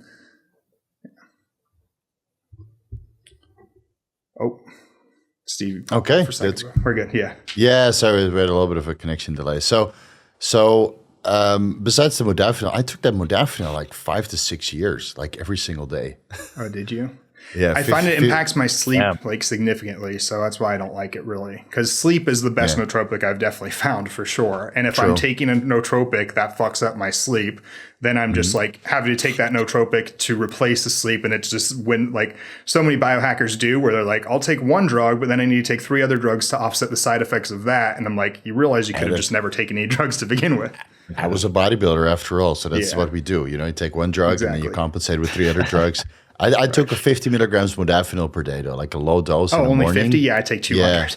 Yeah, no, 50. I can't take any more than that. So just a low dose modafinil 5-6 days a week. But I took it for many years. And then you do the fertility data on it, and you're like, maybe not. That's right. So I said that. I stopped taking that a long time ago.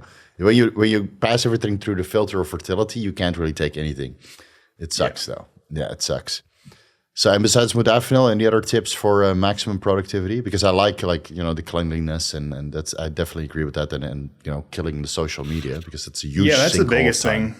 The biggest thing for me is just remove distractions. So when I have distractions, if they're there, I will engage in them. I don't have that much willpower. But if you remove them, like you put yourself into a small room, like no windows, no distractions, just yourself and a desk and a computer. Like I feel, for me personally, I'm going to be very productive because I don't have anything distracting me. So just get rid of the phone.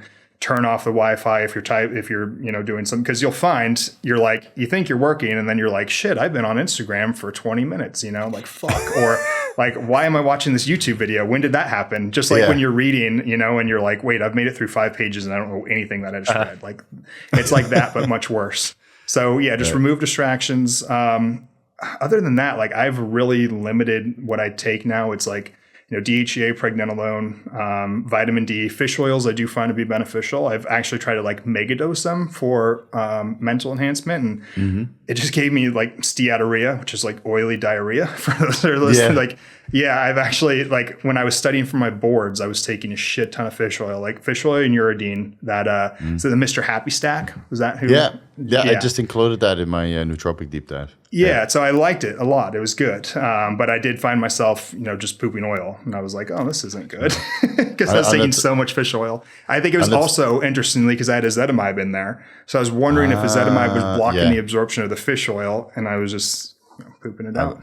I'm sure it does. On the topic of going to the bathroom, I got to go really bad. So if you can take like a 2-minute, 3-minute break. Do you have anything more to add to the productivity, Adam? What else for productivity? No, not really. I mean, I drink espresso in the morning. I'm pretty, I just say grind, honestly. I think like we talked about earlier, like my upbringing was big. Like my parents would make me work in the mornings, like even in summer, like I would work from like 6 a.m. to noon. And then the rest of the day I could go play or whatever, but it was always work first. And we had like no real rest days. There was one day on the weekend where we could rest. That was more like for religious purposes. They were like, okay, you rest on this day. And the rest of the week I had to just work my ass off. And that just continued, and I know that I need to get work done. And so sometimes I just suck it up and get it done. I've tried like every little nootropic and everything. Like I said, some help. Some don't. Like at the end of the day, you can load yourself up on a ton of nootropics and still get distracted on Instagram. So I remove distractions. I just keep my eye on the prize. I'm like, I'm going to keep working. I need to get X, Y, and Z done. And I set goals for the day too.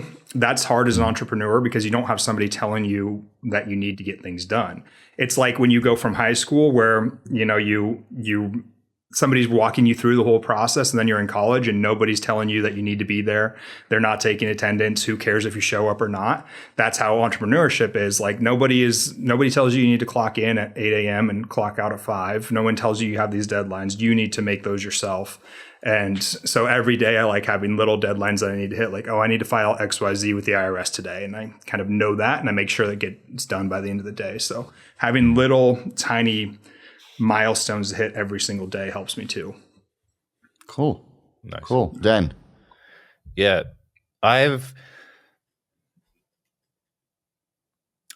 have tried a lot, like nootropics, productivity hacks, like almost everything. And I think I've come to the conclusion for myself that if I can't do something every day, then why am I doing it? So it's the thing with like the methylene blue, where if I am not going to be taking that every single day and make it habit and like a part of my routine, then I don't see a massive place for it. I still see it as useful and like occasionally using it. But in terms of productivity, for me, it's just habitual, where even when I go on vacation, it's like I'm still doing those 2 to 3 priority tasks every single day, whatever they are. And those could be like high level as well, where it's like knock out creative work, knock out maintenance work, knock out emails. You're good. Everything else is extra. So for me, it's really getting clear on one, what like the big goal it is that you're aligned with or working towards.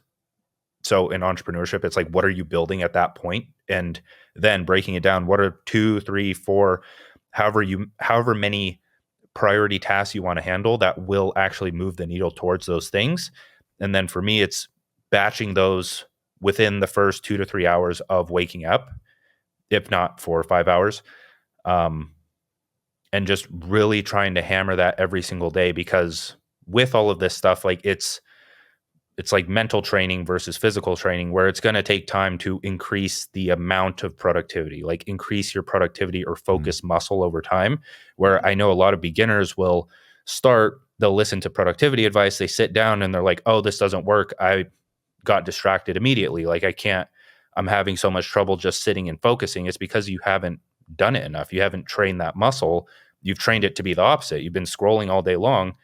And like, what do you expect? You can't just go and switch it. Like, you can't go from TikTok to a Dan Koe video. Yeah, exactly. So too much of a difference, 7 seconds versus 20, 30 minutes. Yeah. Progressive overload. Yeah, exactly. Yeah. Smart. Yeah, smart. I agree.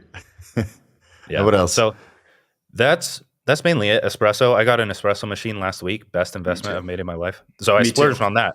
That's so me too, dude. I forgot about that. Yeah. I think I spent $4,000 on that one too, or something crazy. Holy like that. moly!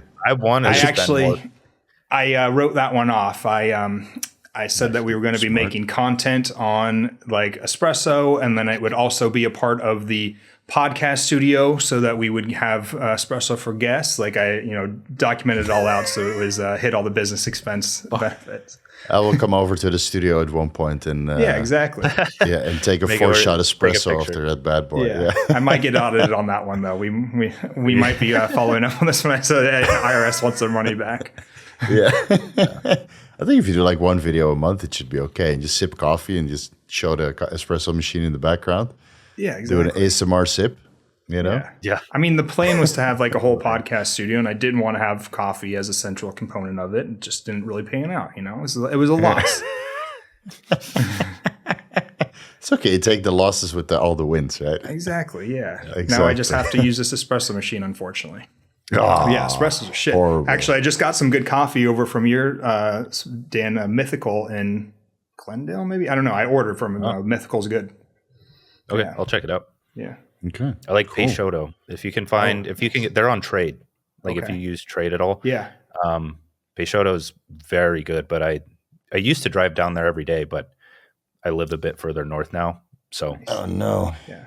Uh-oh. One second. Looks like Steve looks like he's swearing or something. Good old school TV. No, it's just you look like the porn channel. Yeah, my camera died. Shit. 1 second. Oh, mine's still going. Nice. Yeah, my I've got 45 minutes left. Oh, he's gone. Oh shit. Wow, 1 second. You guys can still hear me. Did you get right? like an actual, you got to grind and tamp and everything? Yep. Yeah, me too. Yeah, it was like the Breville one from Target. It was like 700, but it's small. It fits. In the future house, I definitely want like a crazy one. That would be dude. like a 4-spout one. Exactly. All right. I think I got it too. Hopefully my camera recorded. Yeah. No, I just wonder because my camera just went off, so I hope it saved the file on my end. Should. All right. Anyway, so for productivity, I would like to add to that. I would say like having a clean working environment. Right? Like you mentioned before, cleaning your desk. I always make sure that everything is nicely organized because then I know where everything is and I don't have any distractions visually when I'm working either doing YouTube videos or just working with clients and stuff. And I feel that like if you start the day with something that is positive, I know it sounds silly, but if you start something the day with that is positive, so, you know, I see my wife, we have a good chat, and I see my cats, and we have a good pet, right? And I play with them a little bit, and I avoid social media because it's toxic as shit until I get all of the important work done that I want to do, that I get everything done in a clear state of mind, right? So I feel good. I had a good start of the day. There's no distractions. And that way I can just get everything knocked out. And then later on, when I get the most important tasks done of the day that are creative, like Dan always recommends, the creative tasks out of the way, like recording or preparing scripts for videos or doing research, if I get all of that out of the way, then everything else after that is super easy. So, you know, social media, emails, all that stuff, I can just, you know, bam, bam, bam, bam, bam, because emailing takes a couple hours for me every day because I get so many inquiries. Yeah, I get half of my revenue is still from personalized services. So I guide a lot of people over the last couple of years, and they just keep coming back for more. So that means a lot of emailing, still a good amount of consultations, and just managing the social media editing wise. That's all at the end of the day because, you know, proof watching videos and preparing content for social media. I mean, it doesn't take that much cognition, albeit that maybe it should, because maybe I grow faster that way. Anyway, I might have to structure that at the beginning. Now that I'm thinking about it, putting it to work, I'm like, you know, maybe I should do that earlier in the day as part of the creative process. Yeah. Maybe that's it. Yeah. So I feel that, you know, if everything is clean, both in the house and in the brain, then I think the day is set. Yeah, the day is set. And then whatever life throws at me later in the day, I don't give a shit because I already got my money-making opportunities out the door. Yeah. Right. And then if a drama happens, I'm like, you know what? Officially, financially and physically, I can recover from this. So what the hell? I don't really care. Right. Yeah. That's it. Let's wrap it up there because my camera is dead. Thanks so much for coming on, guys. This was absolutely epic. I'm sure the audience will love this as well. Dan, where can people find you? thedankoe.com. Then everything is disseminated from there. Yeah. Okay, or just at the Dan Koe. Yep. The Dan Koe, right? A link's down below. Adam, where can people find you? YouTube, Dr. Adam Hotchkiss. Same on Instagram, just search that. It's at dr.ae Hotchkiss, but YouTube, definitely just search that and find it, and everyone subscribe because that's the main platform I'd like to grow right now. Exactly. Guys, subscribe to Dr. Adam Hotchkiss, right? He deserves the subs. Do me a solid, bring him up to 10K. Right, so that'd be nice. You know, that would be nice. Then I could at least hang out. I could sit at the table. Right now, I'm at a little kid table. They're at the five digit subscriber count. Yeah. Like I'm very happy now that I'm in the 6 digits. Yeah, every time I refresh, I'm like, 6 digits. Oh yeah, you're gonna get a plaque now, huh?